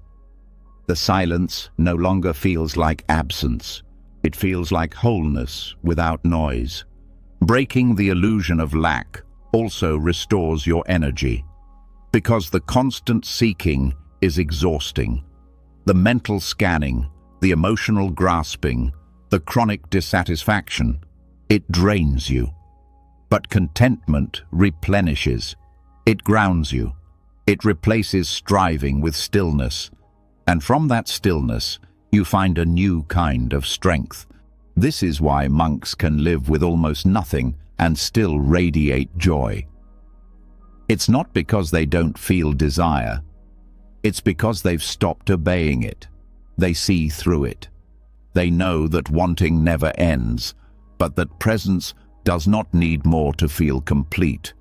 You don't have to become a monk to feel this. You just have to question the lie that you're missing something. You have to notice the moment your mind says, "This isn't enough," and ask gently, "Who told me that? Where did I learn that joy requires more?" Even spiritual seeking can be a disguise for lack. Reading one more book, trying one more method, waiting for the breakthrough. But real peace comes not from what you add, but from what you stop feeding. When you stop making your present self the problem. When you stop postponing your wholeness. Contentment is not complacency. It's clarity. It's what allows you to act without urgency, to create without anxiety, to love without ownership, to rest without guilt. It doesn't mean nothing matters. It means this moment matters enough to be felt without needing to fix it. And contentment grows every time you choose it. When you pause before upgrading what works, when you appreciate the taste of something simple, when you stop comparing your progress, when you give your attention fully instead of chasing a better distraction. These moments seem small, but they are revolutionary. In Buddhist practice, this is often called santutti, satisfaction of the heart. It's one of the highest blessings, not because it looks impressive, but because it ends the inner war. It removes the craving to be someone else, somewhere else, doing something else. And what's left is peace, not earned, not forced, simply recognized. This is the Dhamma of enough, not the logic of consumer culture, not the push of ego, but the quiet wisdom that says, this moment holds everything, not because it's perfect, because it's present. And presence, when met with acceptance, reveals its own kind of completeness. There will still be desires. That's natural. But they no longer rule you. You feel them, you acknowledge them, and then you ask, is this desire rooted in lack or in love, in hunger or in harmony? And from that question, your path clears. This isn't a one-time realization. It's a daily returning, 1,000 gentle no's to the voice of not enough, 1,000 quiet yeses to the miracle of now, and each return deepens the trust that you are not missing anything, that you never were. The illusion will try to return, it always does, but every time you recognize it for what it is, a habit, not a truth, it loses power. And every time you choose presence instead of proving, you reclaim your peace. This is the invitation. To stop chasing worth like it's somewhere else, to sit with what is, to feel the breath, to notice the stillness beneath the noise, and to say with your whole heart, not as a performance, but as a prayer, this is enough, I am enough, and that is more than enough. When the illusion of lack dissolves, when the quiet knowing of enoughness begins to take root, the world around you doesn't necessarily slow down to match. In fact, it often seems to speed up. News, opinions, distractions, expectations, everything presses in, demanding a reaction, pulling at your attention, feeding urgency like a fire that never stops burning. But contentment opens the doorway to something even more radical. Stillness. Not as escape, not as silence for comfort's sake, but as resistance, as clarity, as power. Because in a noisy world obsessed with reaction, choosing not to react is not weakness, it is a form of protest. Stillness is often misunderstood. It's mistaken for passivity, for disengagement. But in Buddhist thought, stillness is not emptiness, it's precision. It is the discipline of not being moved by every storm. It's the refusal to let agitation run your life. It's choosing to act from intention rather than impulse. And that choice, practiced consistently, becomes a quiet force that reshapes everything. The modern world rewards speed. It glorifies opinion. It amplifies outrage. But the Dhamma, the deep truth, points in another direction, toward awareness, toward pause, toward the space between stimulus and response. That space is where power lives. Not the kind of power that dominates others, but the kind that masters the self. Non-reactivity doesn't mean indifference. It means clarity. It means seeing without immediately needing to comment, to argue, to fix. It's the strength to allow discomfort without letting it take the wheel. It's the wisdom to know that not every emotion demands an action, that not every provocation deserves a reply. This practice begins the moment you notice your triggers. Someone speaks with sharpness, a headline inflames you, a post pokes your insecurity, and the mind tightens. It wants to strike back, to correct, to defend. But instead, you pause, you breathe. You don't suppress the response, you witness it. You feel the fire rise, and then you hold it in the cradle of awareness until it cools. That holding is stillness. That is how you begin to disarm chaos with calm. Reactivity is habitual. It's fast, automatic, unconscious. It's the mind trying to reclaim control through noise. But stillness interrupts the pattern. It says, wait, look, feel, then choose. And that choosing becomes your freedom, not from pain, but from the need to make it louder. There's a dignity in stillness, a quiet confidence that says, I don't need to be loud to be clear. I don't need to be angry to be firm. I don't need to match your energy to know my own. This is not retreat. This is centeredness. It's what allows you to stay grounded while the world spins. In Buddhism, this is called upekkha, equanimity. It's not emotional numbness, it's emotional balance, the ability to hold both joy and sorrow without being pulled apart by either. To hear harshness without becoming harsh. To witness suffering without collapsing. Equanimity allows you to stay present, not because everything is calm, but because you are. And this stillness has ripple effects. It changes how others respond to you. It de-escalates conflict. It models another way of being, one where urgency isn't glorified, where quiet isn't feared, where being still is not giving up. It's choosing a different kind of power. This does not mean being passive in the face of injustice. Stillness does not silence action, it refines it. It ensures that your response comes from wisdom, not from woundedness. That when you speak, you're not just echoing noise, you're offering clarity. That when you act, it's with purpose, not panic. Stillness protects your energy. In a world that profits from your distraction, your outrage, your constant engagement, choosing stillness is a refusal to be manipulated.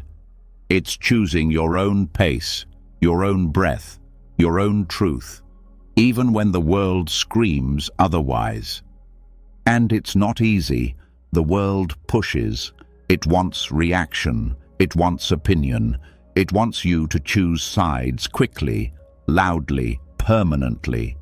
But the path of stillness is the path of observation, of letting the mud settle so the water clears. Only then can right action arise, not from pressure, but from peace. Practicing this means noticing the small moments, the sharp email, the sarcastic remark, the emotional flare in a conversation, and instead of responding immediately, you pause.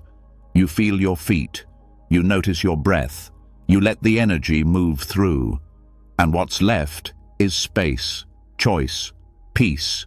Even in activism, stillness is a tool. It allows resilience. It keeps you from burning out.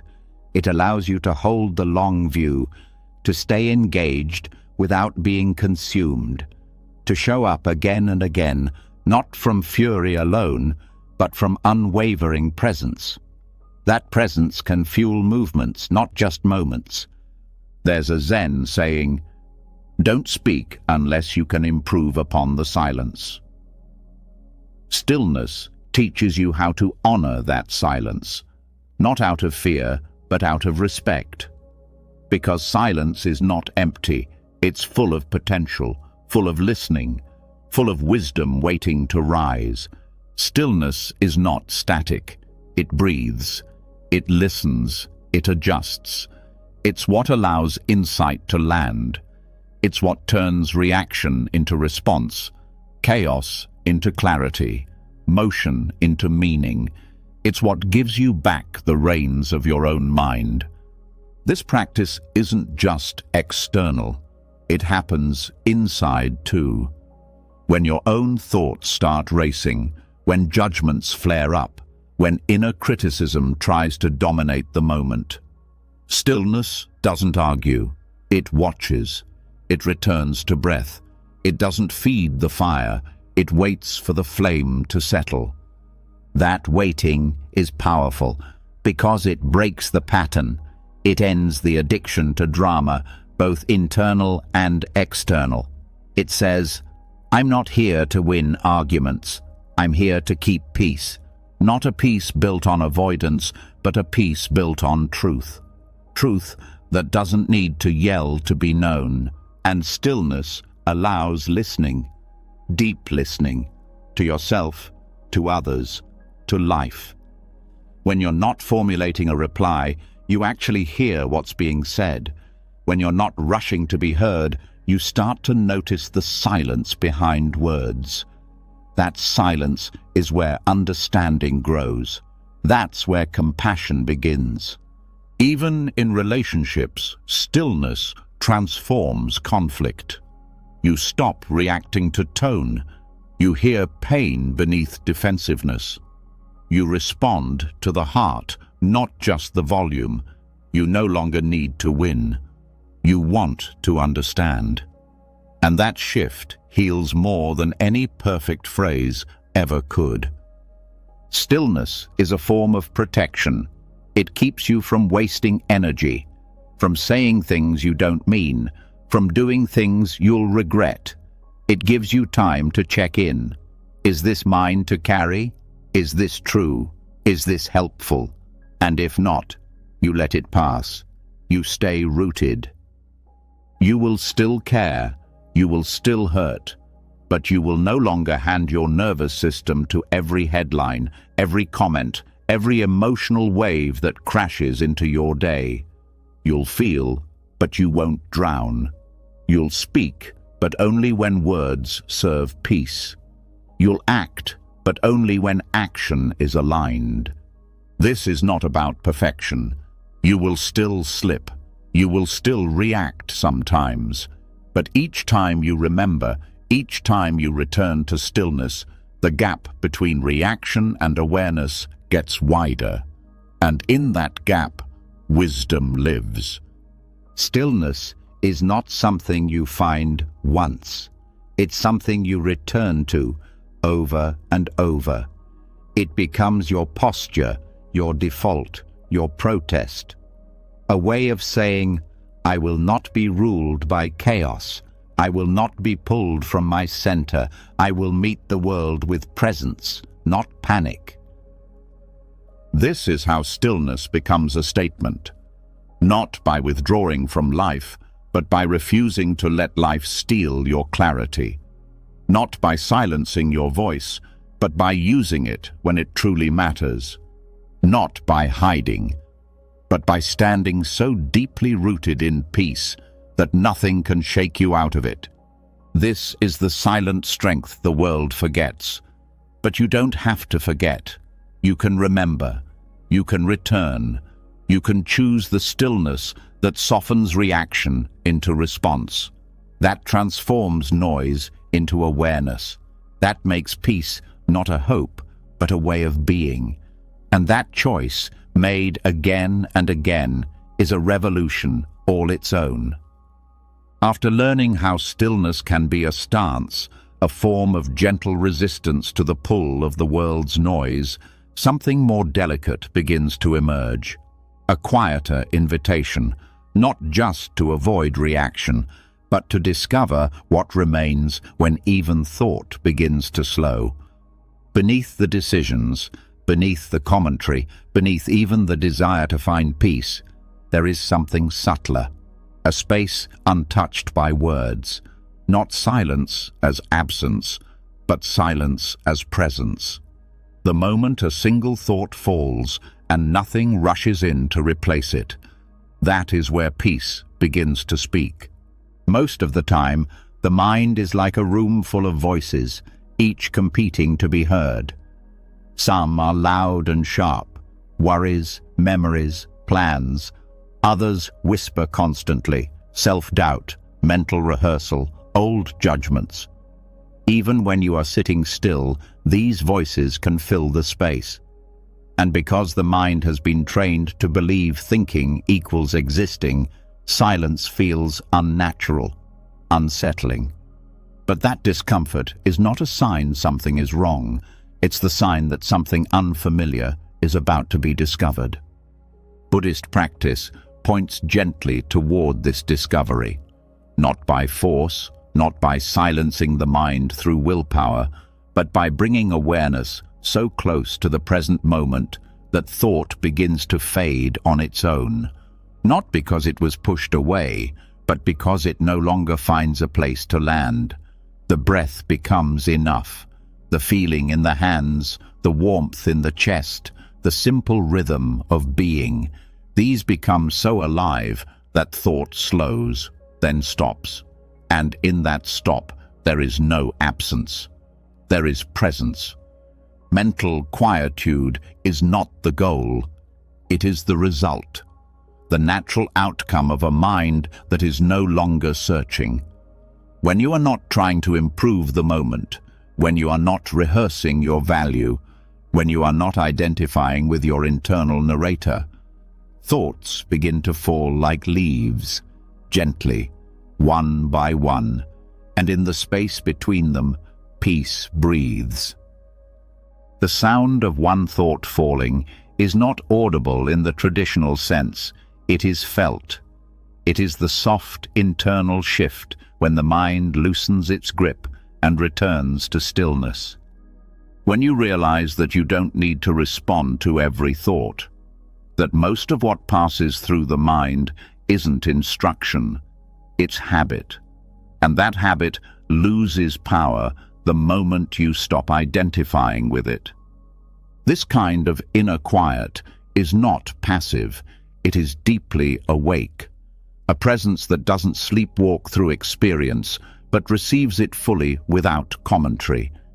You see the color of a leaf without naming it. You feel an emotion without turning it into a story.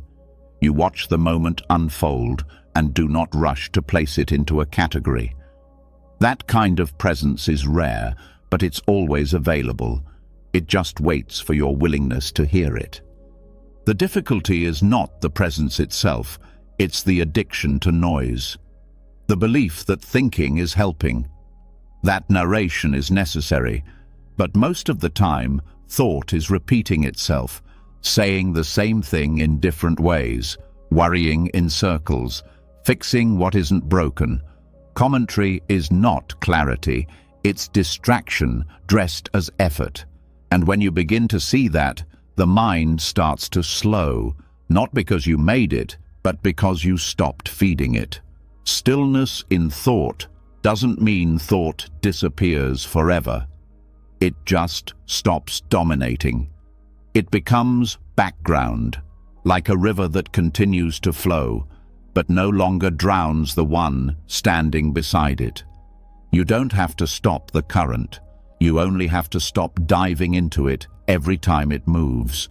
Meditation offers this training, not as an escape, but as a return. You sit, you breathe, thoughts come, and you watch. You don't follow, you don't argue, you don't label. And slowly, something shifts. The gap between thoughts gets wider. The urge to engage gets weaker. And then, just for a moment, there is nothing. No thought, no commentary, just presence. And in that presence, peace is not something you find. It's what you already are. This state can be unsettling at first. The ego wants something to hold. A thought, a goal, a position. But in this space, there's nothing to cling to. No identity to maintain, just awareness, that raw, open seeing. And from it comes not fear, but relief, a letting go of all the effort to be someone, to know something, to get somewhere. It's in this silence that the body relaxes, that healing happens without demand, that emotion releases without analysis. Because without mental interference, the system resets itself. Peace isn't added, it's revealed. This experience also shifts how you relate to thinking outside of meditation. You stop reacting to every inner message. You become selective, not by force, but by familiarity with what silence offers. You know now what it feels like to not be pushed by thought. So when thought arises, you ask, is this useful? Is this kind? Is this needed? And if not, you let it fall. The mind doesn't like silence because it can't control it. But awareness isn't here to be controlled. It's here to witness. And the more you trust that witnessing, the more thought loses its grip.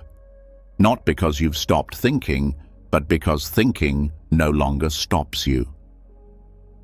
This shift also deepens intuition, because when the mental noise settles, something quieter begins to speak. A knowing not made of words, a clarity that doesn't come from logic, but from presence. Insight begins to arise, not from analysis, but from stillness, not from trying, but from listening. Even daily life begins to feel different when you carry this silence with you. A walk becomes rich, a conversation becomes deeper, a moment of waiting becomes spacious instead of frustrating, because you're no longer filling every gap. You're letting gaps be gaps, letting life breathe between thoughts. This is why monks speak slowly, why they pause before answering, why they walk as if they're not going anywhere, because they are listening, not just to the world, but to the silence inside it. They have learned to hear the sound of one thought falling and not rush to replace it. You don't have to live in a monastery to feel this. You only need to be willing to stop reaching for the next distraction, the next comment, the next thought that makes you feel productive. Peace is not born from busyness. It's born from presence, from the courage to be in the moment without improvement. And you don't need long hours to find it. Sometimes all it takes is one breath, one moment of watching a thought arise and choosing not to follow it, not to edit it, not to amplify it, just to see it fall and to stay with what remains. That remaining is everything. It's not blank, it's full. It's full of softness, awareness, quiet joy. It's full of being. And being doesn't require explanation. It just requires your return.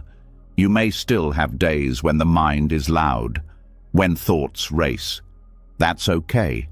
The point is not perfection. The point is practice.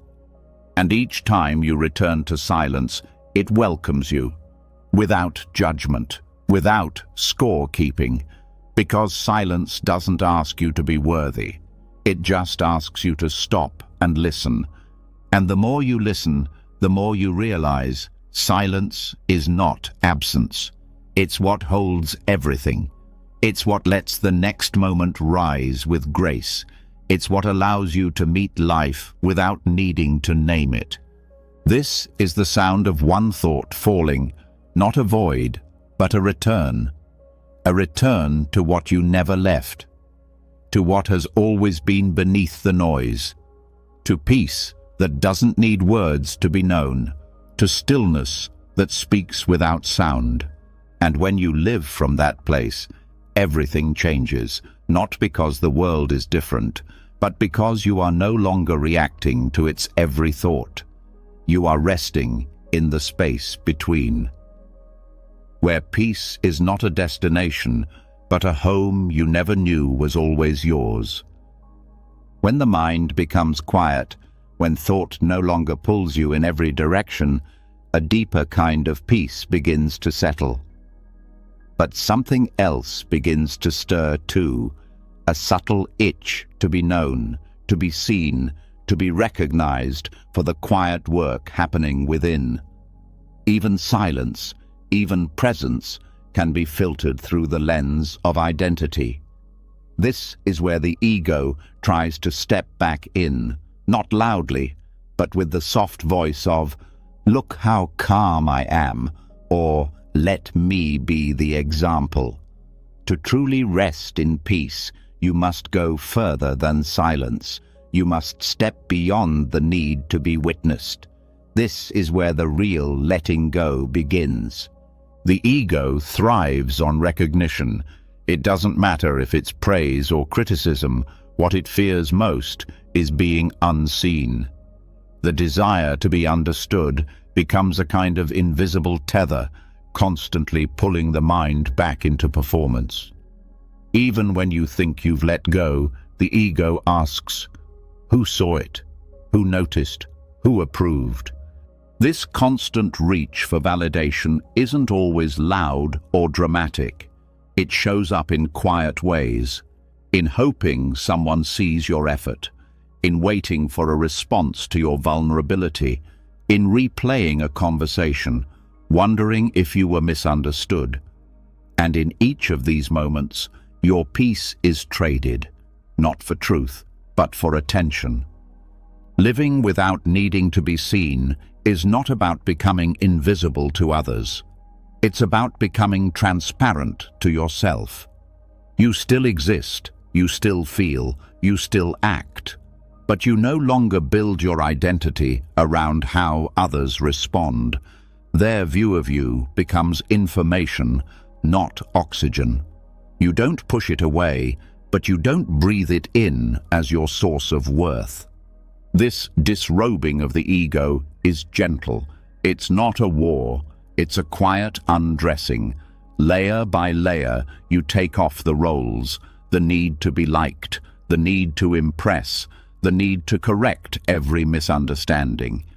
And underneath all of it, there's still you, still presence, still awareness, completely untouched by approval or rejection.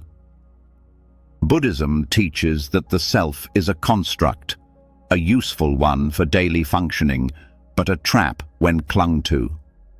The ego is not evil, it's just confused. It believes that survival depends on being seen in a certain way. But when you see through that, something liberating happens. You stop needing to curate your image. You stop rehearsing how to be perceived. When you live without needing to be admired, your actions become cleaner. You speak because it's true, not because it will make you look wise. You help because it's needed, not because it builds your identity as the helpful one. You show up because it's right, not because it earns you respect. This shift feels light, like dropping a heavy costume after a long performance. This does not mean isolating yourself from the world. It means engaging without dependency. You can still connect, still love, still share. But now you do so from fullness, not from lack. The emptiness you once tried to fill with praise is now met with presence, with being. Letting go of the need to be seen also means making peace with being misunderstood. This is one of the deepest pains for the ego, not just to be unseen, but to be wrongly seen, misjudged, mislabeled. But the truth is, no one can ever fully see you. They see their version of you, their lens, their projection, and when you accept that, you stop trying to manage perception. You stop trying to correct every version of you that exists in someone else's mind. You are not responsible for how others interpret your being. You are only responsible for the sincerity of your presence, and when that sincerity is enough for you, you are free. This freedom shows up in unexpected ways. You stop over-explaining. You stop apologizing for who you are. You stop dressing your truth in language meant to keep everyone comfortable. You become quiet, not because you're hiding, but because you no longer need to perform. And in that quiet, you find your real voice. Relationships also shift. When you stop needing to be understood, you become a better listener. Because you're not waiting for your turn to speak, to be validated, to be right. You're simply there, open, present, unconcerned with how you're seen. And that kind of presence invites others to do the same. In this state, your value is no longer up for debate, not because everyone agrees on it, but because it's no longer rooted in agreement. It exists on its own. Like a tree in the forest, valuable not because someone calls it beautiful, but because it grows, because it gives shade, because it exists. Even creativity becomes freer when it's no longer tied to image. You stop creating for likes, for praise, for reputation.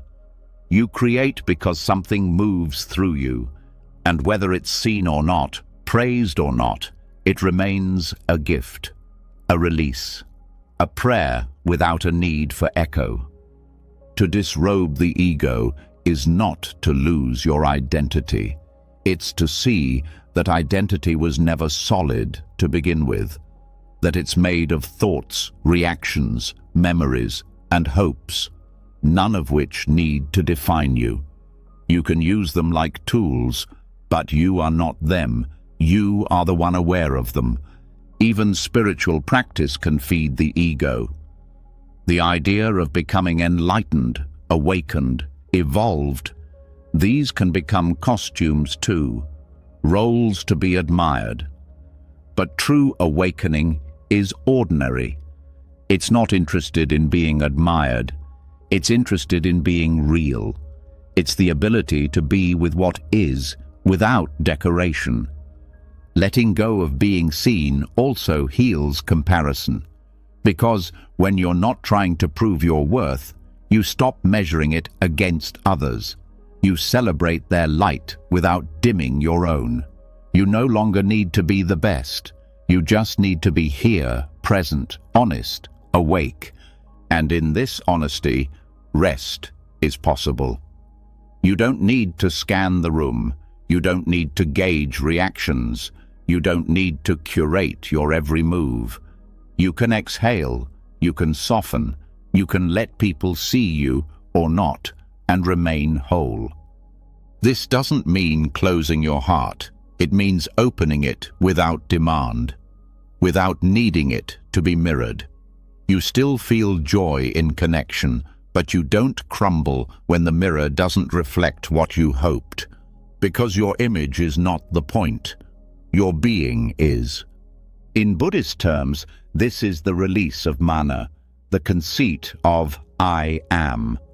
Not just arrogance, but the whole structure of me, mine, my story. Letting go of that structure is not erasure, it's liberation. It's the realization that you never needed to be a certain way to be whole. Even in solitude, this truth is tested. Are you peaceful when no one knows what you're doing? When no one sees your goodness, your effort, your growth? That's the measure. If peace remains even there, you've touched something real, and if not, that's okay too. Awareness is the first step. You see the need to be seen, you see the performance beginning, and instead of judging it, you breathe, you stay, you feel the tightness behind the mask, and you loosen it. You let yourself just be. Over time, this becomes a refuge, a return, a knowing that your value is not up for review, that your presence is not a presentation, that your truth doesn't need permission to exist. This is the disrobing of the ego, not an act of rejection, but of release. You stop holding up your image like a shield. You stop dressing yourself in expectations, and beneath all of it, you find something softer, quieter, more peaceful than praise could ever be. You find yourself. Not the idea of you, not the reflection of you, just you, whole, breathing, undressed, and free. Once the need to be seen dissolves, and the fragile armor of the ego gently falls away, a new kind of silence appears. It isn't the silence of serenity. Not yet. It's the silence that reveals who's still waiting in the corner. The parts of you that weren't polished enough for the stage. The pieces that were pushed down, edited out, disowned. What happens when there's no more image to protect is that the inner stranger begins to speak. And if you're willing to sit beside them, without flinching, without correcting, true acceptance begins. Not because you've conquered the shadow, but because you've stopped running from it. Everyone carries these hidden parts. Not because something went wrong, but because it's part of being human. Somewhere along the way, certain feelings, desires, fears, and memories didn't feel safe to express. Maybe they were punished, maybe they were misunderstood, maybe they were just too painful to hold in the open, so they were buried. But buried doesn't mean gone. Buried means waiting, for safety, for presence, for light. The Buddhist path isn't about becoming pure in the way society defines purity.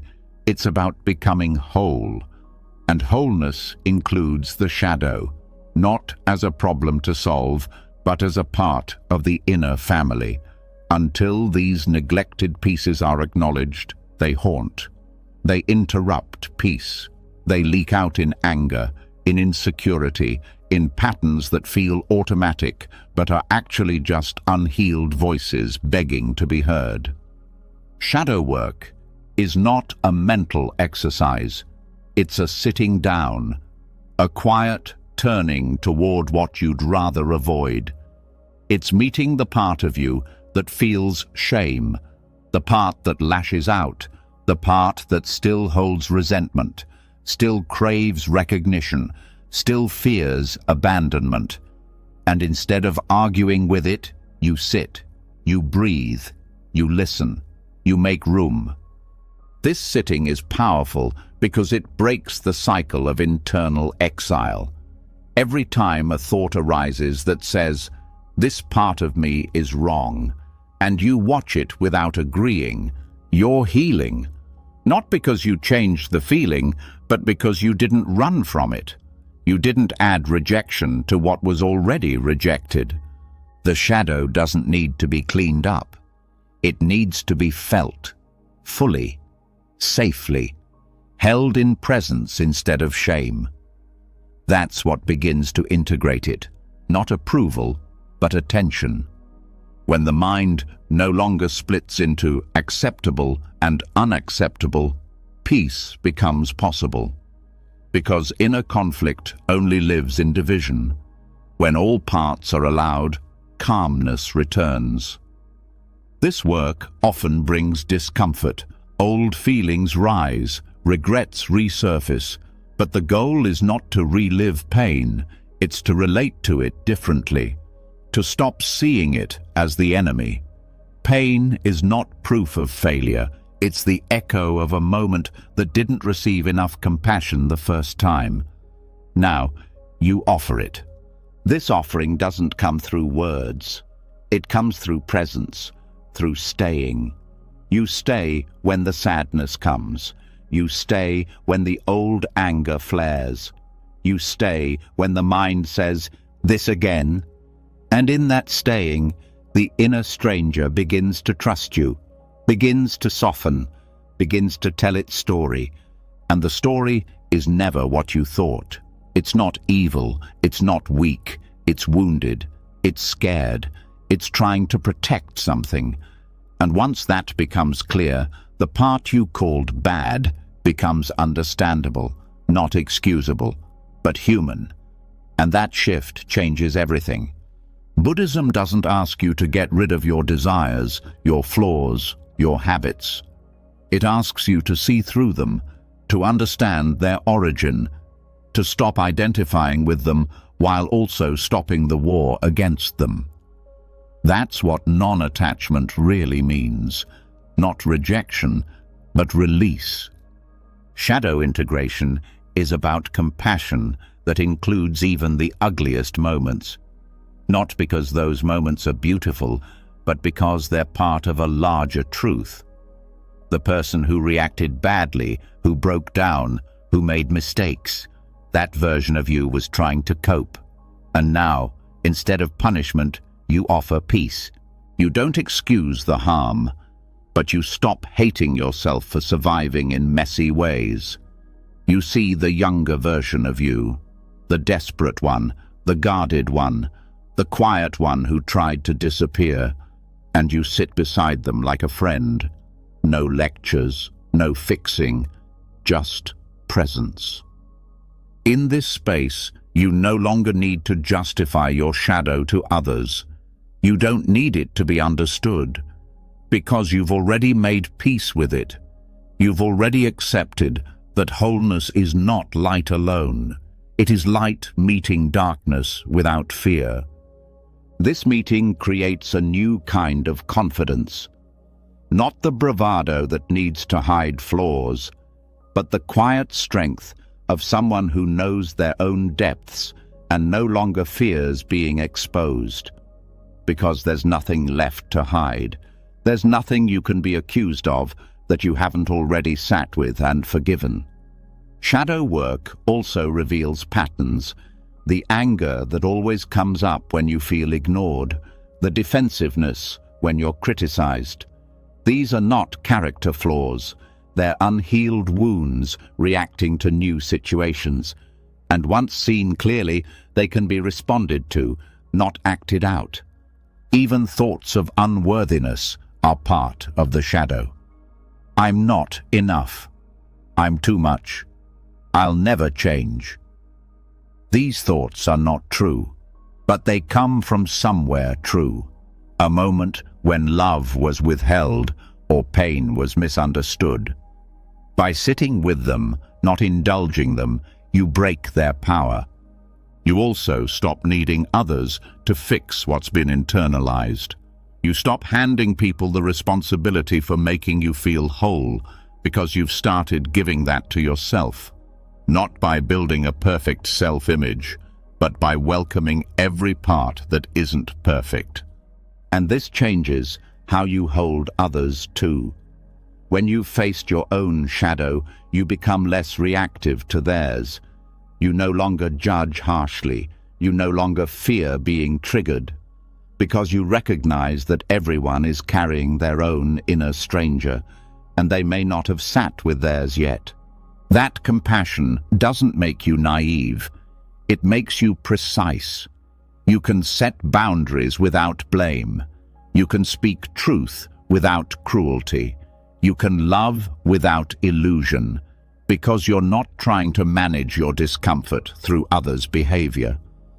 Sitting with your shadow also allows you to rest, because hiding takes energy. Performing peace is exhausting, but when nothing is being hidden, your system relaxes, your breath deepens, your sleep improves. You stop waiting for the next emotional ambush because there's nothing left to suppress. Shadow integration is not a destination. It's a relationship, one that deepens over time. Some days it's gentle, other days it's hard. But every time you turn inward with kindness, the shadow softens. Every time you choose presence over punishment, something heals.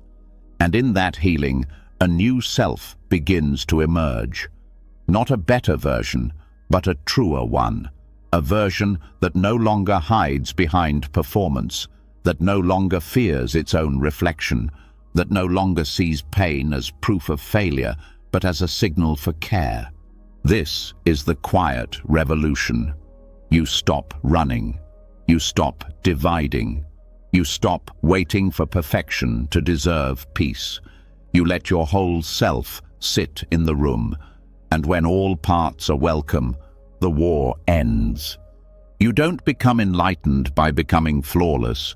You come closer to peace by embracing the flawed parts with honesty and love.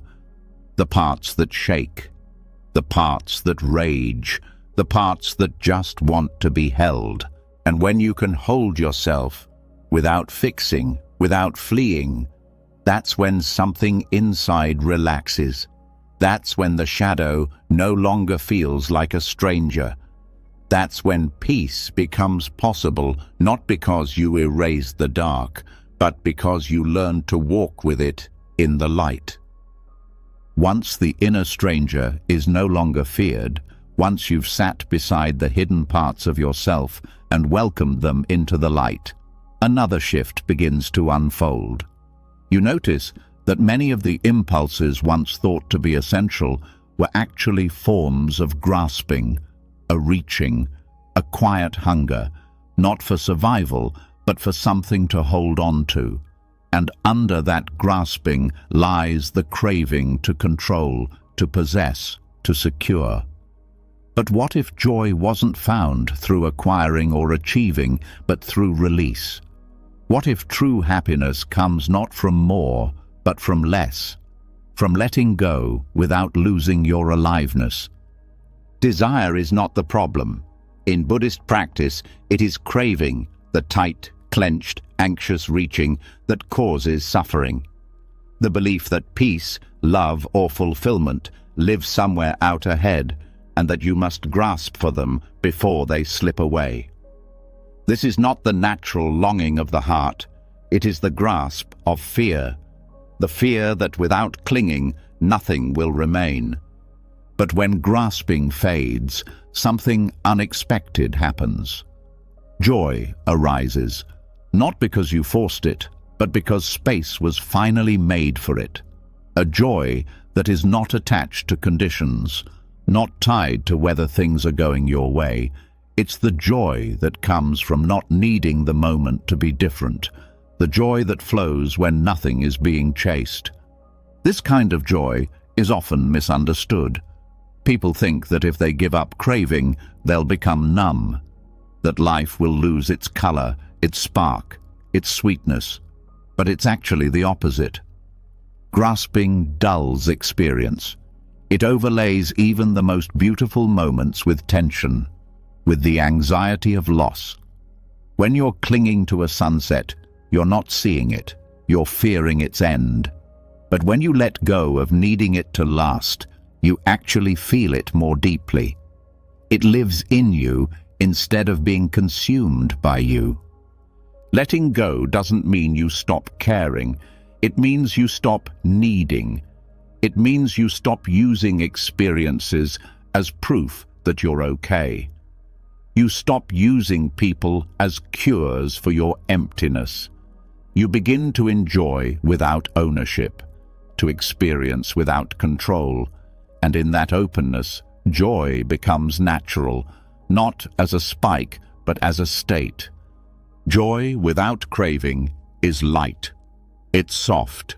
It comes in quiet moments, when you're walking and the breeze brushes your face, when you're eating and truly tasting, when you're talking and not trying to impress. These are not peaks of happiness, they're the steady hum of freedom from hunger. That freedom feels like joy because it is. Desirelessness does not mean detachment from life. It means connection without addiction, presence without possession. You can still want, still dream, still love, but now those feelings are rooted in clarity, not desperation. You move toward things because they matter, not because you fear what happens if you don't. This shift also transforms how you relate to goals. You can still act, plan, create, but now there is space between effort and identity. Success becomes something to enjoy, not something to validate your existence. Failure becomes information, not devastation. You stop clinging to outcomes because your peace isn't hostage to them anymore. In Buddhist terms, this is the difference between tanha, thirst, and chanda, wholesome intention. One is rooted in lack, the other in alignment. Grasping says, I need this to be whole. Intention says, this feels true, and I move toward it without needing to possess it. That difference is subtle, but it changes everything.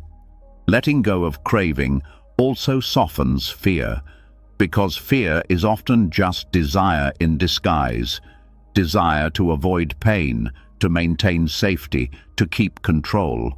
But when grasping fades, you no longer need to hold life so tightly. You trust that even if things change, even if they fall apart, you won't. You'll feel, you'll adapt. You'll continue. This trust doesn't make you passive, it makes you relaxed. A relaxed person doesn't stop living. They live more fully, because they're no longer trying to shape life into something it's not. They meet life where it is, and they find joy there, not because it's perfect, but because they're finally present enough to receive it. Even in love, desirelessness deepens connection. You stop needing the other person to complete you, to mirror you, to rescue you. You love them for who they are, not for how they make you feel. This kind of love is spacious. It doesn't grasp. It doesn't beg. It simply offers itself, and in return, it invites the same. Non-grasping also brings gentleness to your inner world. You stop trying to fix every emotion. You stop needing every day to be meaningful. You allow the ordinary. You allow boredom. You allow silence. And those very things, once seen as empty, begin to glow. Not because they changed, but because you did. Even pain becomes softer when there's no grasping. You no longer fight it as a problem to solve. You hold it as a visitor to witness.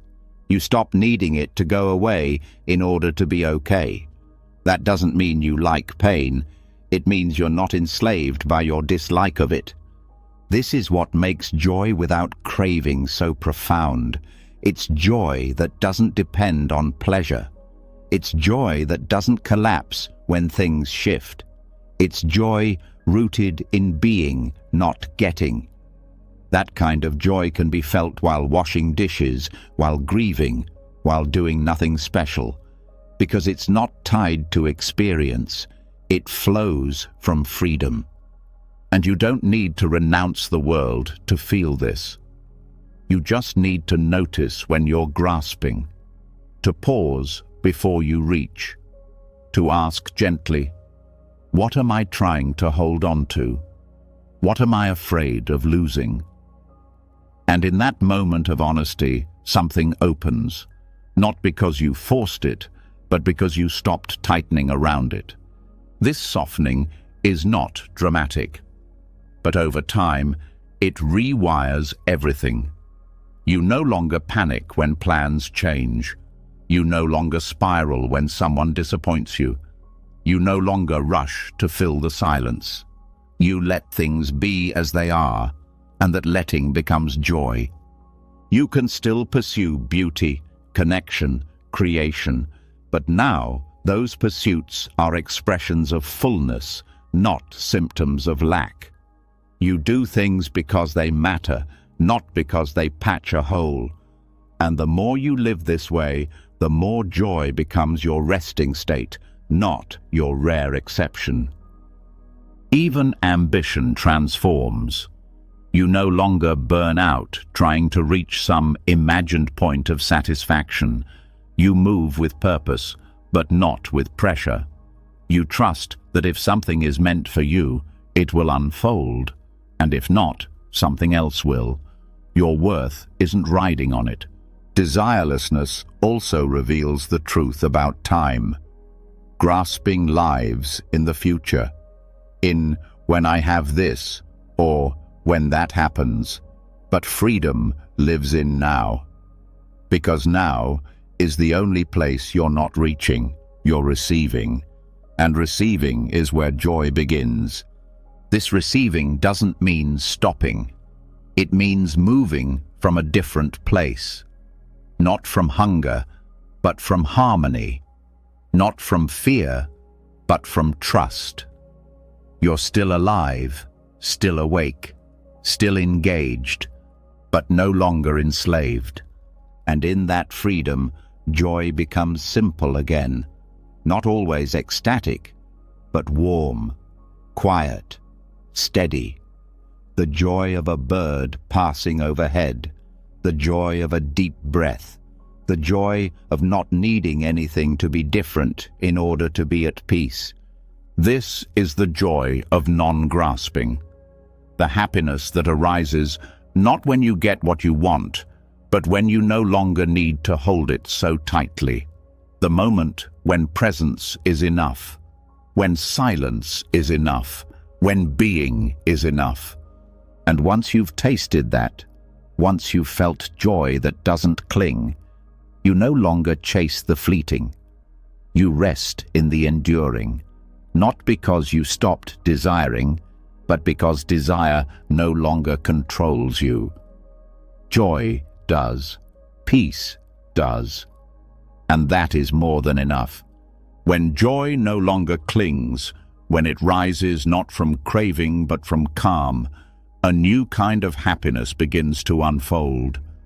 It's not the high-pitched laughter of chasing peak experiences. It's not the rush of a dream finally reached. It's softer, deeper, quieter.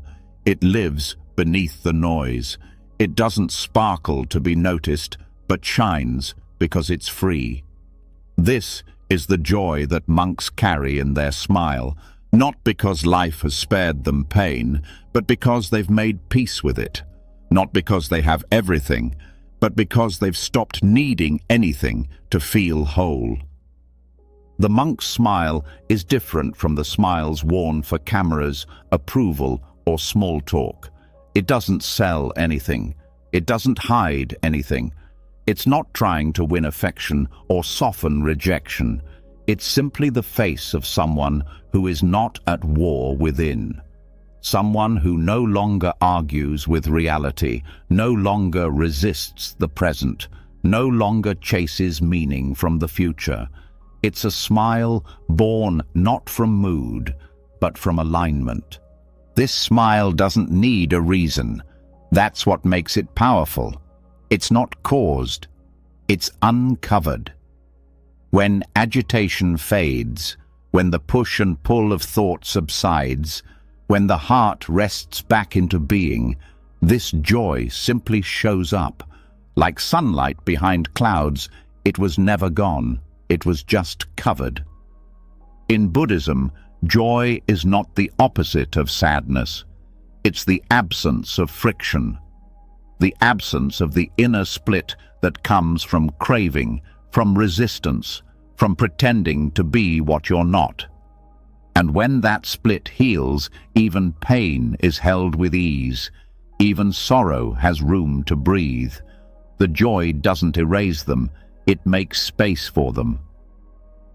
This space is what allows monks to smile even in silence, even in simplicity, even in uncertainty.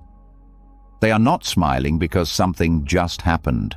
They are smiling within whatever is happening, because their joy doesn't come from conditions, it comes from clarity. Clarity that life will continue to rise and fall, that people will come and go, that the body will age, that comfort will ebb and flow. But through it all, there is a stillness that does not move, a presence that doesn't vanish. And when you live from that presence, joy becomes natural. The monk's smile is not about denying the world.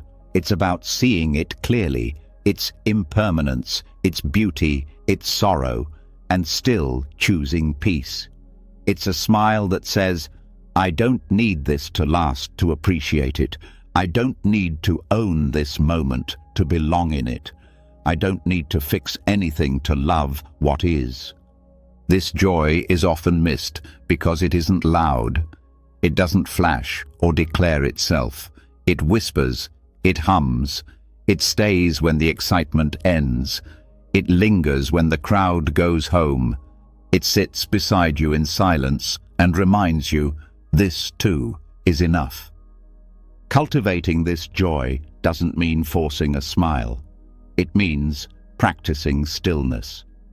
The more you sit with yourself, without reaching, without numbing, without performing, the more you start to feel it. It's not manufactured, it's remembered. You don't create it, you uncover it.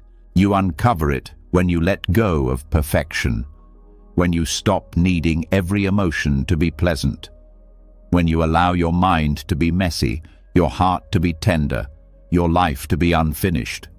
and still trust that peace is possible. Monks train in this through discipline, but the core of it is available to everyone. It begins with awareness, with seeing how often the mind resists the present, how often it says, "This isn't it," and how every time it does, suffering returns. But when the mind finally says, "This is enough," something softens, and in that softening, joy enters. This joy is not about feeling good all the time. It's about being good with whatever you feel. It's about no longer pushing away discomfort or clinging to pleasure. It's about letting the moment be as it is and trusting that you can still meet it with a smile. That smile may be small, it may be subtle, but it changes everything because it signals to the nervous system that the war is over, that you're no longer searching, that you're no longer running, that you're home, right here, in the middle of whatever life is offering. Even in solitude, this joy stays, because it's not dependent on validation. It doesn't need an audience. It doesn't need to be reflected back to be real. It's internal, it's steady, it's yours. Not because you earned it, but because you stopped rejecting it. This smile doesn't mean nothing matters.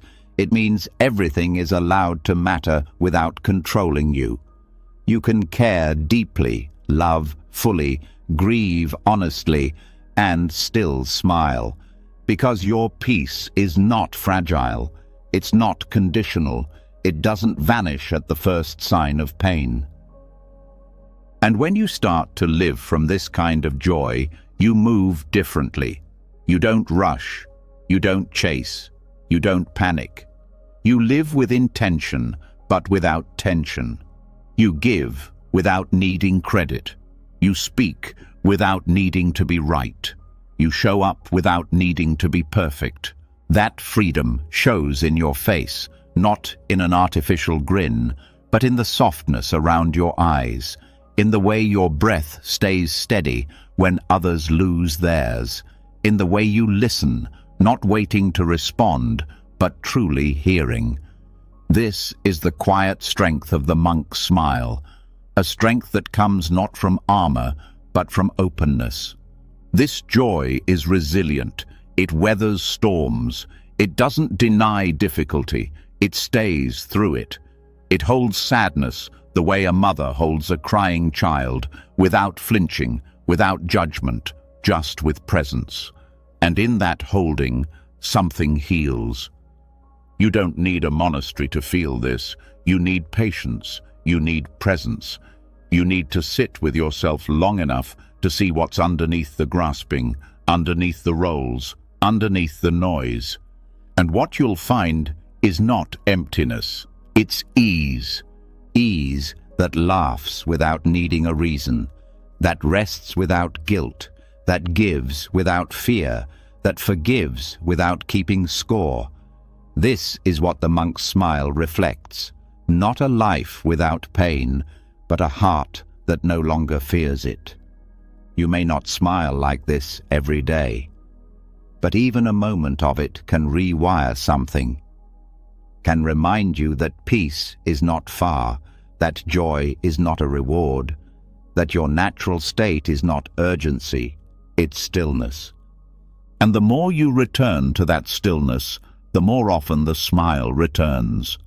Sometimes on your face, sometimes in your breath, sometimes in the way you see the world with soft eyes, not trying to own it, just letting it be.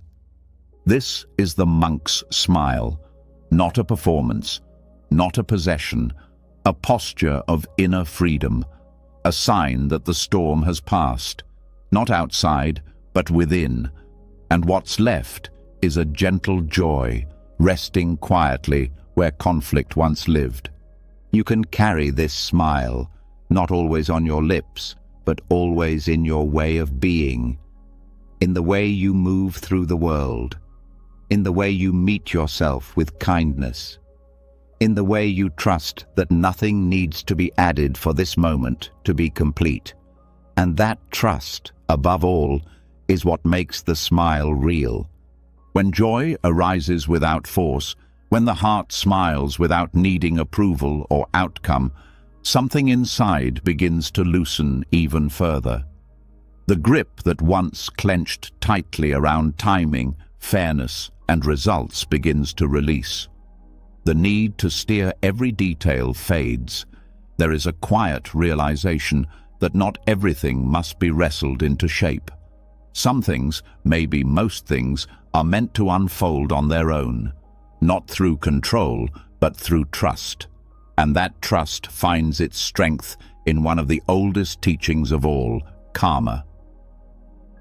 Karma is often misunderstood as punishment or reward, but in Buddhism, it is something much simpler and far more intimate. Karma is cause and effect. It's action and consequence. It's the unseen thread that connects intention with unfolding. Every thought, word, and deed plants a seed. That seed grows when the conditions are right, not when forced, not on command, but in its own season. Understanding karma changes how you relate to time. It teaches patience. It invites humility. It softens the craving to know what comes next. Because once you realize that every moment is shaped by countless unseen forces, not just your effort, but the weight of past choices, circumstances, and timing, you stop demanding results. You start showing up for the planting and trusting the bloom. This doesn't mean becoming passive. It means becoming wise. Karma is not fate. It's not fixed. It's dynamic. You're still shaping the future with what you do now, but without needing to control the future's form. You begin to act from clarity, not control, from sincerity, not outcome, because you understand now that trying to dominate life only creates more knots. When you float on karma, you let the river carry you instead of trying to swim upstream every moment. You still move, you still choose, but you no longer panic when things shift or delay, because you know that every experience is a ripple of previous energy. You're not being punished, you're being shown. This shift quiets anxiety, because anxiety feeds on the illusion of control, the belief that if you do everything right, you can guarantee the result. But karma teaches that outcomes depend on many causes, not just your current input. Some seeds take time. Some never bloom because the conditions don't match. Some fruits come from trees you forgot you planted. That's not chaos. That's the unfolding. Trusting the unfolding doesn't mean giving up. It means doing your part with full presence and letting the rest be shaped by forces beyond your reach. It means resting in the knowledge that if your intention is clean, your action is already complete, regardless of the visible result. This way of moving through life transforms stress into stillness. You stop micromanaging the universe. You stop measuring success by how quickly things happen. You stop overthinking every choice. You do your best, then you let go. Not as a strategy, but as a way of being. Karma also teaches responsibility, not guilt, but ownership. You understand that your life is not random, it's the echo of your energy. And when you meet patterns that hurt, you don't blame the world. You look inward. You ask, what seed am I watering? What habit am I repeating? What belief am I feeding? And in that asking, you gain power. Not power to control the world, but to shift your relationship with it. This practice cultivates maturity, emotional steadiness, a kind of grounded calm that doesn't rise and fall with every win or loss. You're no longer just reacting, you're responding with awareness. You're shaping your karma with care. And you begin to see how often struggle comes not from the situation itself, but from the resistance to what is. You wanted it faster. You expected it easier. You believed it should have looked different. But life is not following your script. It's following its own rhythm. And the moment you align with that rhythm, peace returns. This peace doesn't mean you stop feeling. You'll still be disappointed, still face uncertainty, still have desires, but you'll no longer be ruled by them. You'll learn to hold them with space, to feel them fully but not collapse into them, to keep moving even when the way forward is unclear. Floating on karma means trusting that everything is moving according to its nature, that some lessons must repeat until understood, that some doors close for protection, not punishment, that your timeline is not the only one that matters. It means accepting delays without bitterness, facing loss without hardening, embracing change without clinging. Because you see now that fighting the current doesn't speed it up, it just exhausts you. But floating lets you stay awake while life rearranges itself. This is not about passive waiting. It's about active patience.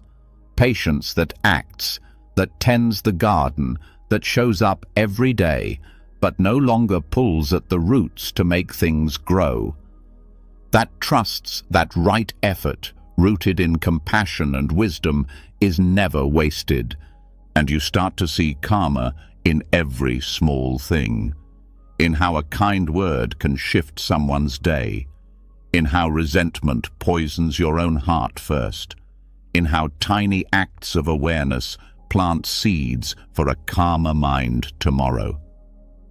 Karma becomes personal, not abstract.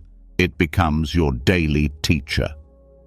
Even forgiveness becomes easier through karmic understanding. You stop needing to punish. You understand that everyone, including you, is acting from their conditioning, their pain, their ignorance. And while you still hold boundaries, you release the burden of vengeance. You trust that all actions bring their own result. You no longer have to carry the scorecard. This allows compassion to grow, not because people deserve it, but because you understand how heavy karma already is. You don't want to add more weight. You want to clear it. You want to stop the chain of harm, and you start with yourself. You also begin to release the stories of unfairness, not because life is always fair, but because fairness is not the point. Growth is. Healing is. Awareness is. And sometimes what feels like unfairness is actually a form of pruning, a stripping away of what blocks your deeper unfolding. Floating on karma means living in alignment. You choose actions not for applause, but for truth. You speak because it's necessary, not because it earns approval. You give because it feels right, not because it guarantees return. You become a quiet force, a presence that no longer needs to prove, only to be. And over time, the mind stops panicking, stops clinging, stops arguing with what is. It begins to see everything as a lesson, a mirror, a turning, not always comfortable, but always guiding. This doesn't mean you lose your will. It means your will is aligned with wisdom. You still make plans. You still move forward, but with flexibility, with a sense of dance instead of drag. Because you know the steps are not all yours to choreograph. This trust softens your days. It helps you sleep without looping. It helps you love without chains. It helps you rest without guilt. Because you've done your part. and now you're letting the current do its part. You stop trying to rush healing. You stop needing immediate clarity. You understand that the fruit takes time, that the unseen roots are part of the process, and that your job is not to rush the flower, but to water the soil. And even when the outcome doesn't match your hope, you don't fall apart. Because you weren't grasping, you were floating. You weren't betting your worth on the result. You were rooted in the action itself, and that root holds you steady. This is the quiet power of karma. Not a doctrine, but a way of seeing, a way of walking through the world with eyes open and hands steady, a way of surrendering without collapsing, acting without attachment, loving without fear, living without control, and thriving because of it. You float not because you've given up, but because you finally understand how to move with the river, not against it. You trust not because you know the future, but because you've come home to the present. And that trust becomes your freedom. When you stop fighting the current, when you begin floating through karma instead of wrestling with every twist, you find a quieter rhythm. But even with this trust, life doesn't always unfold gracefully. Storms still arrive. Disappointment still knocks. People still break promises, and the world still spins unpredictably. The mud, as always, finds a way to splatter, and this is where many lose their footing. Because it's one thing to be peaceful in calm waters, it's another to stay balanced when life gets dirty, heavy, unfair. This is where equanimity becomes more than a concept. It becomes a lifeline. Buddhist equanimity isn't based on avoiding discomfort. It's not about achieving emotional detachment or walking above the mess. It's about staying rooted in peace while standing knee-deep in it. Equanimity is not the absence of difficulty. It's the refusal to let difficulty define your state of being. It means holding your center even when the ground feels unstable, and this, more than almost anything else, is what protects your inner freedom. To practice equanimity is to acknowledge the mud without becoming it. You feel the weight of chaos, but you don't collapse into it. You hold the pain without becoming bitter. You experience the unfairness without feeding blame. It's not apathy. It's not emotional suppression. It's clarity. It's the ability to respond with wisdom instead of reacting from panic. This kind of calm isn't glamorous.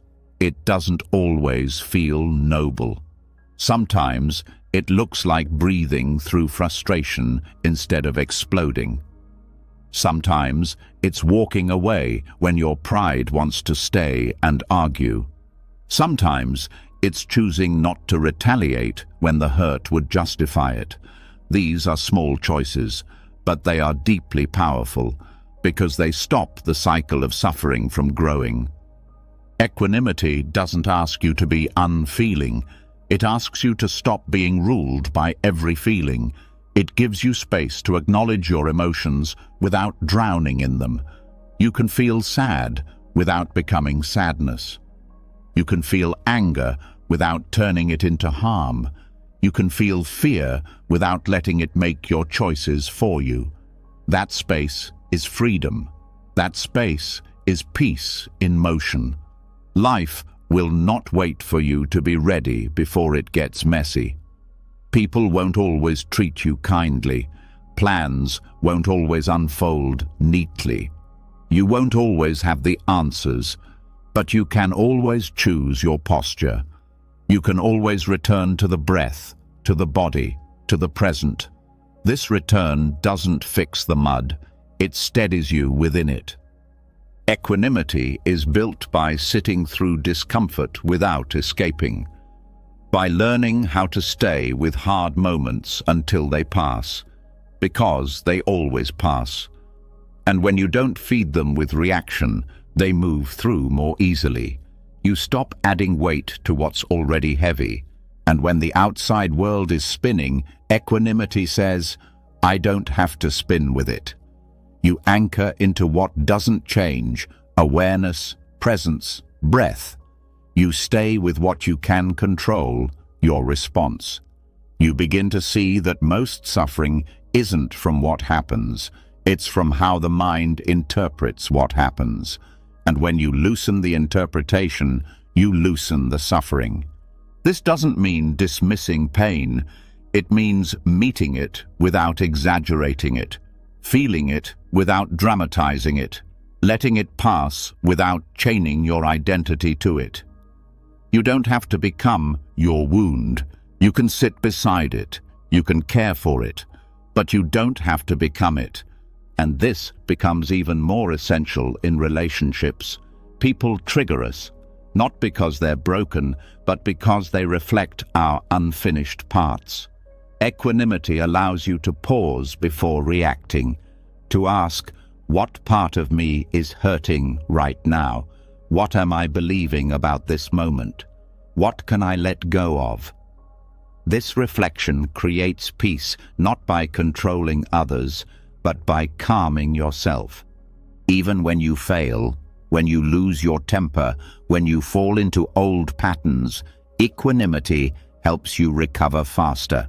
Because you stop judging the fall, you get up without shame, you return without drama. The mind says, you should be better than this. Equanimity replies, this is what growth looks like. Come back anyway. Equanimity is also how you protect your energy. In a world that thrives on reaction, your non-reactivity becomes an act of rebellion, a boundary, a refusal to be pulled into every storm. You don't stop caring, but you care wisely. You stay present without absorbing everything. You give without depletion. This practice helps you hold space for others too. When someone is angry, you don't mirror it. When someone is panicking, you don't escalate it. You become a calm center in the middle of other people's storms, not because you're superior, but because you've trained your nervous system to stay grounded. And from that grounded place, you can help without losing yourself. Equanimity is cultivated over time, through meditation, through reflection, through being honest about your triggers. You start to see the patterns, the moments that knock you off center, the words that activate old wounds, the behaviors that pull you into old roles. And once you see them, you can soften your grip on them. It's not about being perfect, it's about becoming aware. And with awareness, you start to respond differently. You stop needing every situation to be ideal. You stop needing every person to behave the way you expect. You begin to allow people to be who they are. You allow life to unfold without forcing.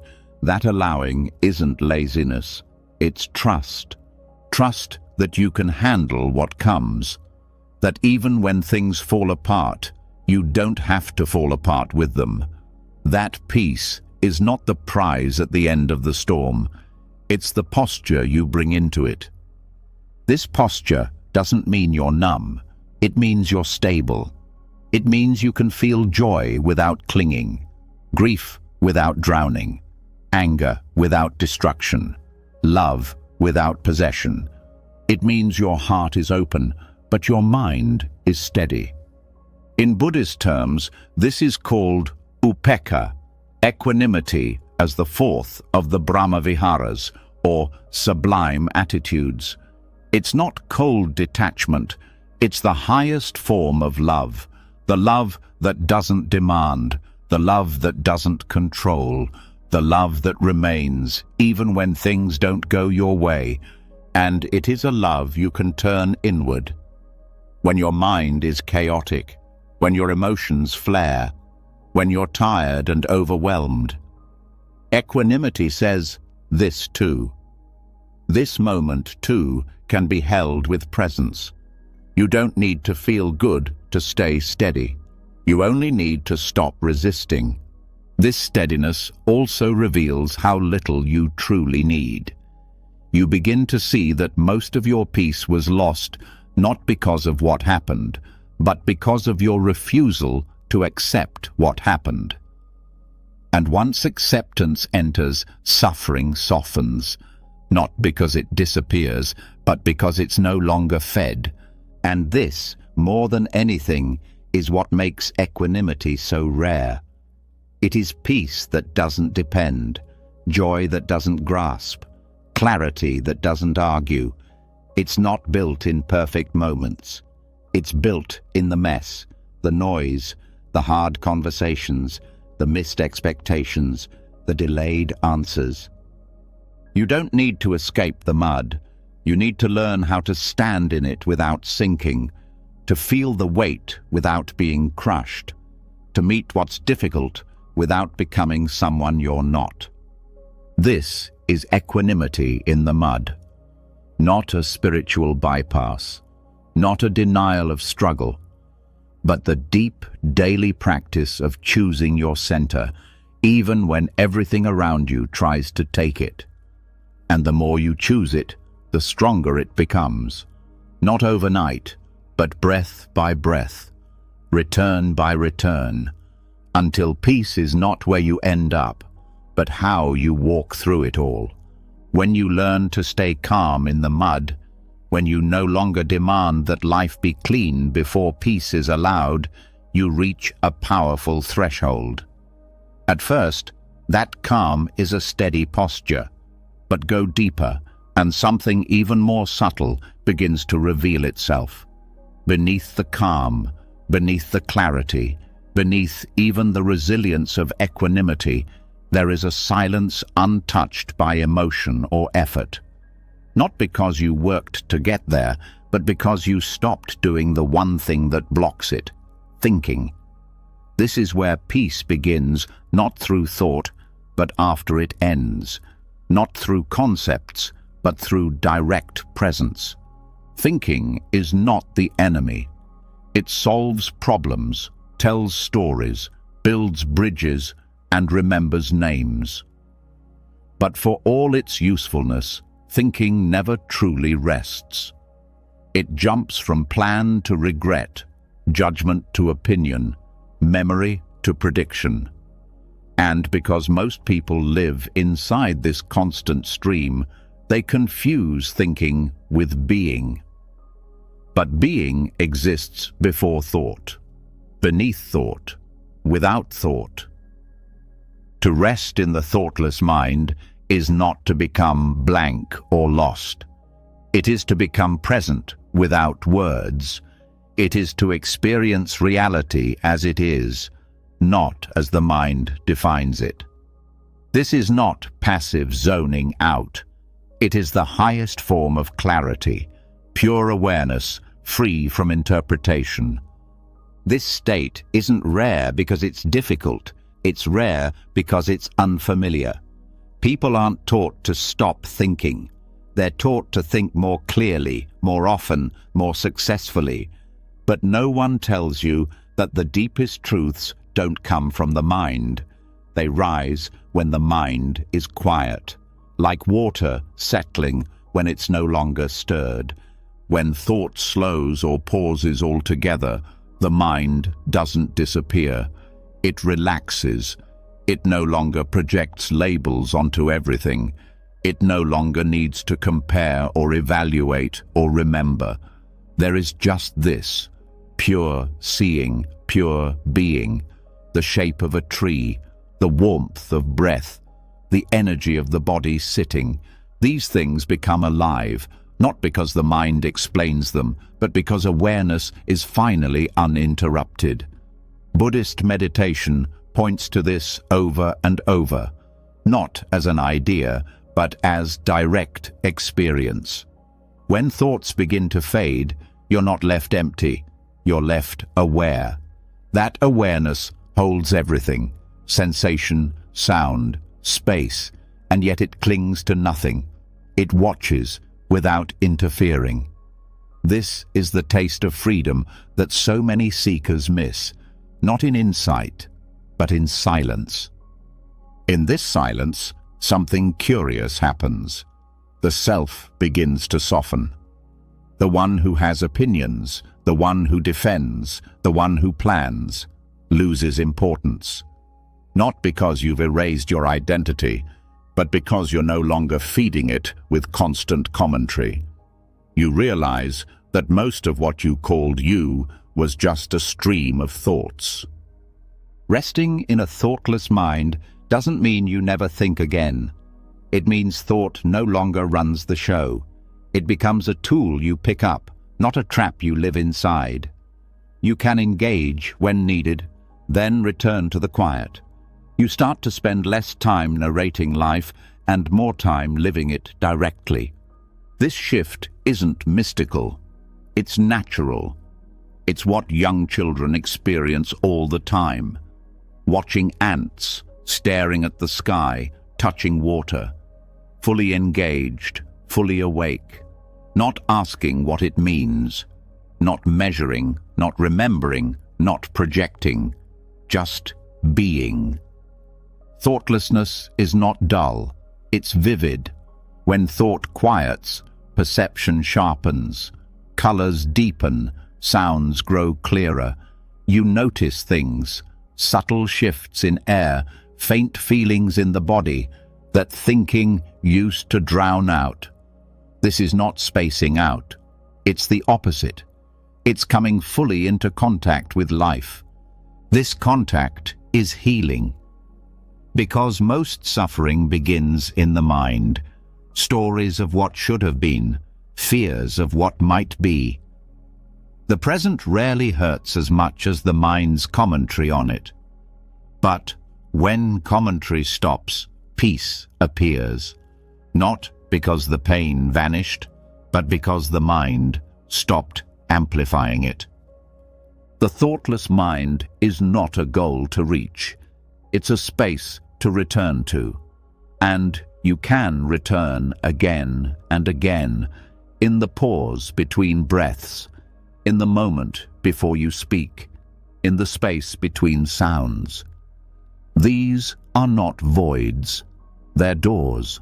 Doors to a place where nothing is wrong and nothing is missing. This place doesn't deny reality. It simply stops dividing it. Stops labeling it as good or bad, success or failure. In this non-divided seeing, things are just as they are. Not because you've approved them, but because you've stopped arguing with them. Resting in this space also changes how you relate to others. When you're not busy preparing responses or judging appearances, you actually hear people. You see them beyond roles, beyond behavior. Because your own self-image isn't dominating the moment, you allow space for theirs to soften too. This kind of presence is rare, and it's magnetic. Not because it's impressive, but because it's peaceful. You become the one who doesn't escalate, doesn't distract, doesn't need to fix. You become the calm in the room, not by controlling energy, but by no longer resisting it. Even creativity deepens in this space. Because real creativity doesn't come from overthinking, it comes from stillness, from the place where ideas are born, not constructed. Writers, artists, teachers, healers, all speak of the moment when inspiration just comes. That just comes moment is thoughtless awareness. The mind didn't make it. The silence allowed it. And you don't need hours to reach this space. You need willingness. You need to notice when thinking starts to spin, and instead of following it, return to the body, to sensation, to breath. These anchors are not primitive. They're precise. They cut through mental noise and bring you back to direct experience. In that directness, thought loses its stickiness. It may still pass by, but it doesn't pull you in. You watch it the way you watch a bird fly across the sky. Interesting, beautiful even, but not something you need to grab. The thought moves, and you remain. This remaining is peace. It's not a mood. It's not relief. It's the absence of grasping, of reaching, of needing thought to be a certain way. In that absence, a different kind of intelligence arises, not analytical, but intuitive. You just know, you just feel, you just respond, not from habit, but from presence. That response becomes your new rhythm. Less planning, more listening.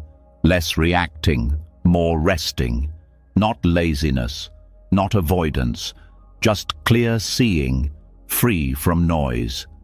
And this quiet intelligence is stable because it's not based on memory or comparison or identity.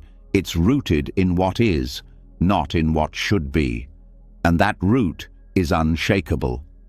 You'll still think, of course, but you'll also learn to rest in the space where thinking stops. And the more you rest there, the more natural it becomes. Until silence isn't something you visit, it's something you carry, even in motion, even in conversation, even in pain. This is the thoughtless mind, not empty, not dull, alive with presence, full of awareness, free of noise. It doesn't need belief, it doesn't need permission, it just needs your return. And every time you return, you're reminded, peace was never lost.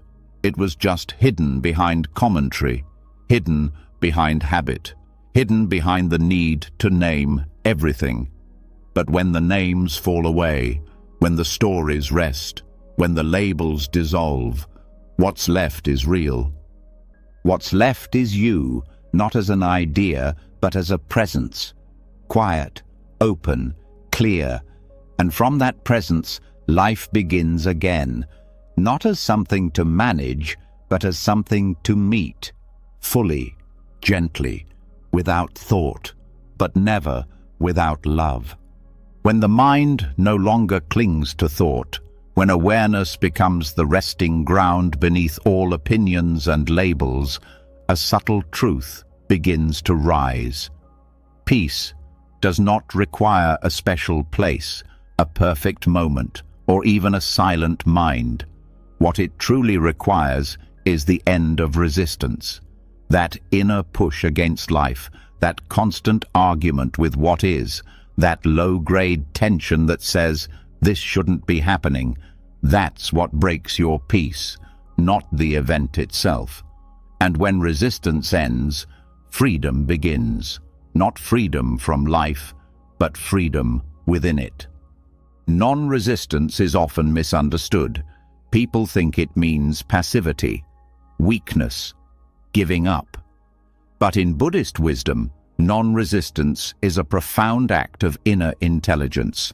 It's the refusal to keep fighting reality with every breath. It's the moment you stop trying to edit the present and instead begin living it. Every internal struggle starts with a refusal. Something happens and the mind says no. A change, a loss, a challenge. It arrives and the body contracts. The story begins. This isn't fair. This wasn't supposed to happen. I can't let this be.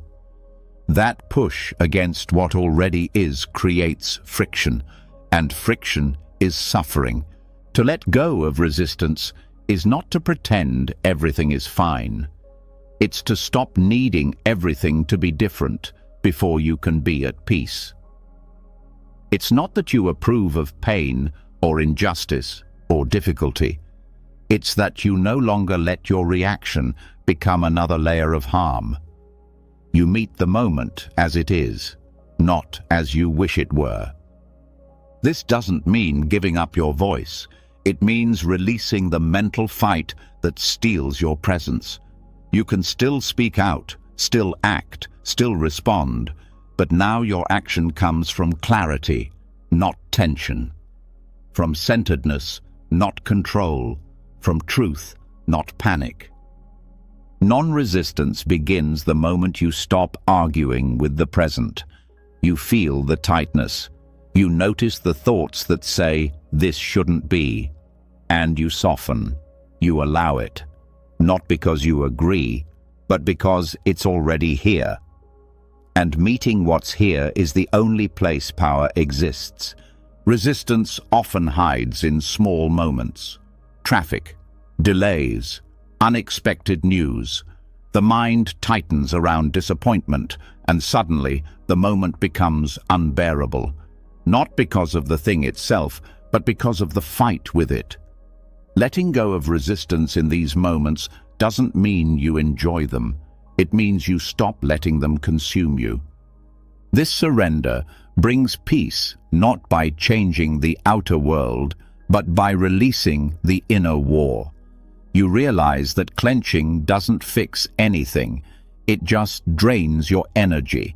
It disconnects you from your breath, from your body, from your ability to respond wisely. Surrender, then, becomes power, not power over, but power with. It's a gentle dropping of the rope, the internal tug of war between how things are and how you think they should be. That rope has burned your hands for years. Surrender doesn't mean you stop caring. It means you care without fighting. You stay engaged, but free. This practice transforms grief. It doesn't stop the sadness, but it removes the second arrow, the story that grief is wrong. You feel the pain, and you allow it. You cry, and you let yourself cry without judgment. This letting is not weakness, it is the beginning of healing. Even in failure, non-resistance brings wisdom. You don't spiral into shame or defense. You sit with what happened. You face the discomfort without needing to blame or justify. And from that calm seeing, something new becomes possible. Insight, growth, a cleaner start. Non-resistance also frees you from perfectionism, from needing to always be right, always be calm, always have it together. It gives you permission to be human without self-attack, to fall and get back up without dragging a story of failure behind you. In relationships, resistance often shows up as control, wanting people to act differently, wanting conversations to go a certain way, wanting others to match your expectations. But the moment you try to control people, connection dies. When you stop resisting who they are, even when it's difficult, you create space for real dialogue. This doesn't mean tolerating harm. It means dropping the mental push that says, "They shouldn't be this way," and replacing it with curiosity, with compassion, with truth that doesn't demand, but invites. This shift softens the tension in the room, and sometimes that softening is what opens the heart on both sides. The body also responds to non-resistance. Tension begins to melt, breath deepens, nervous system calms.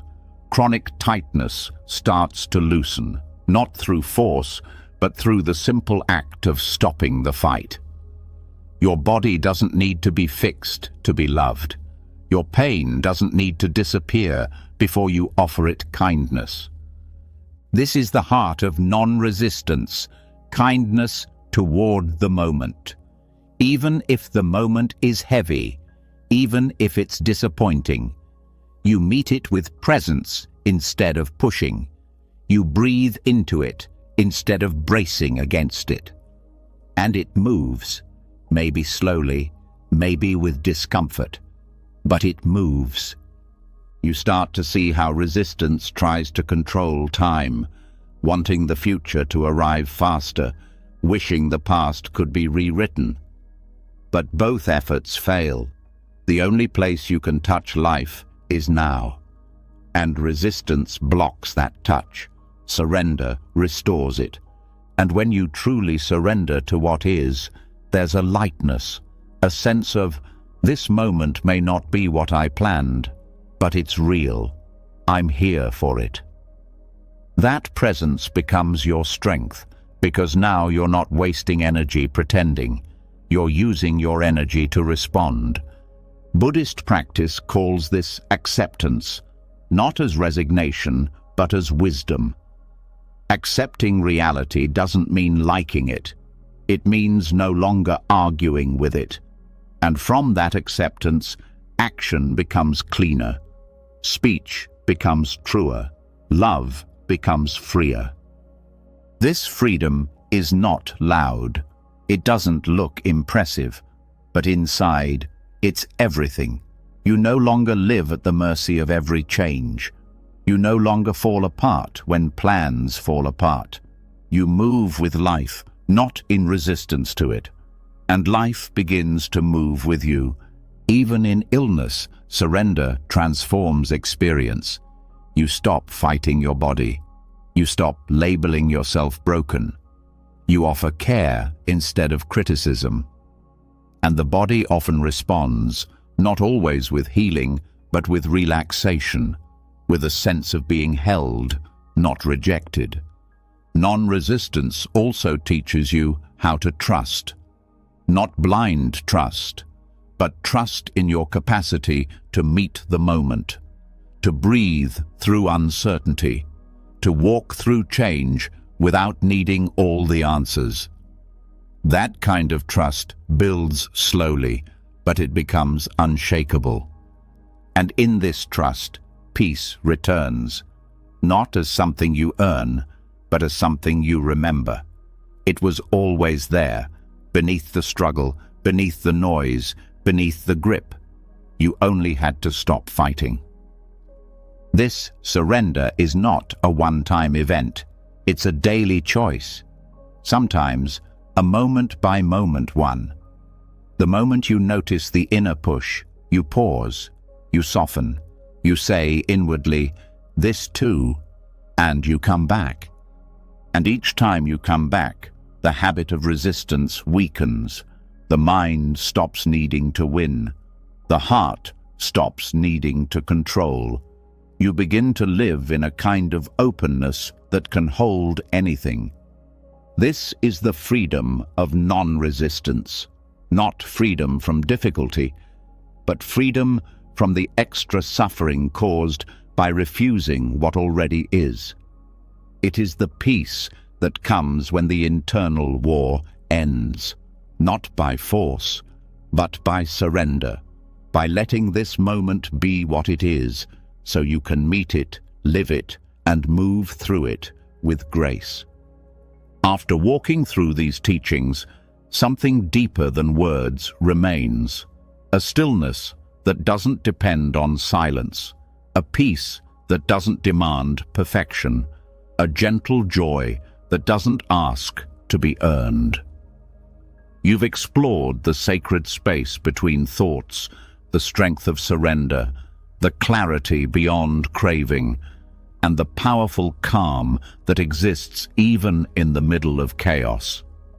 Not because life becomes easier, but because you've learned how to meet it differently, with less resistance, with more presence, with a heart wide enough to hold both pain and peace without needing to choose. You've learned that humility doesn't erase you, it frees you, that the pause between desires is not emptiness, but rest, that letting go of self-improvement doesn't mean apathy, it means wholeness, that your breath, your awareness, your ability to stop fighting reality, these are not small things. They are the doorway to everything you thought was missing. And now, as your eyes get heavier and your body begins to soften, let these teachings carry you, not as thoughts to memorize, but as a gentle way of being to return to, again and again, not striving, not forcing, just returning.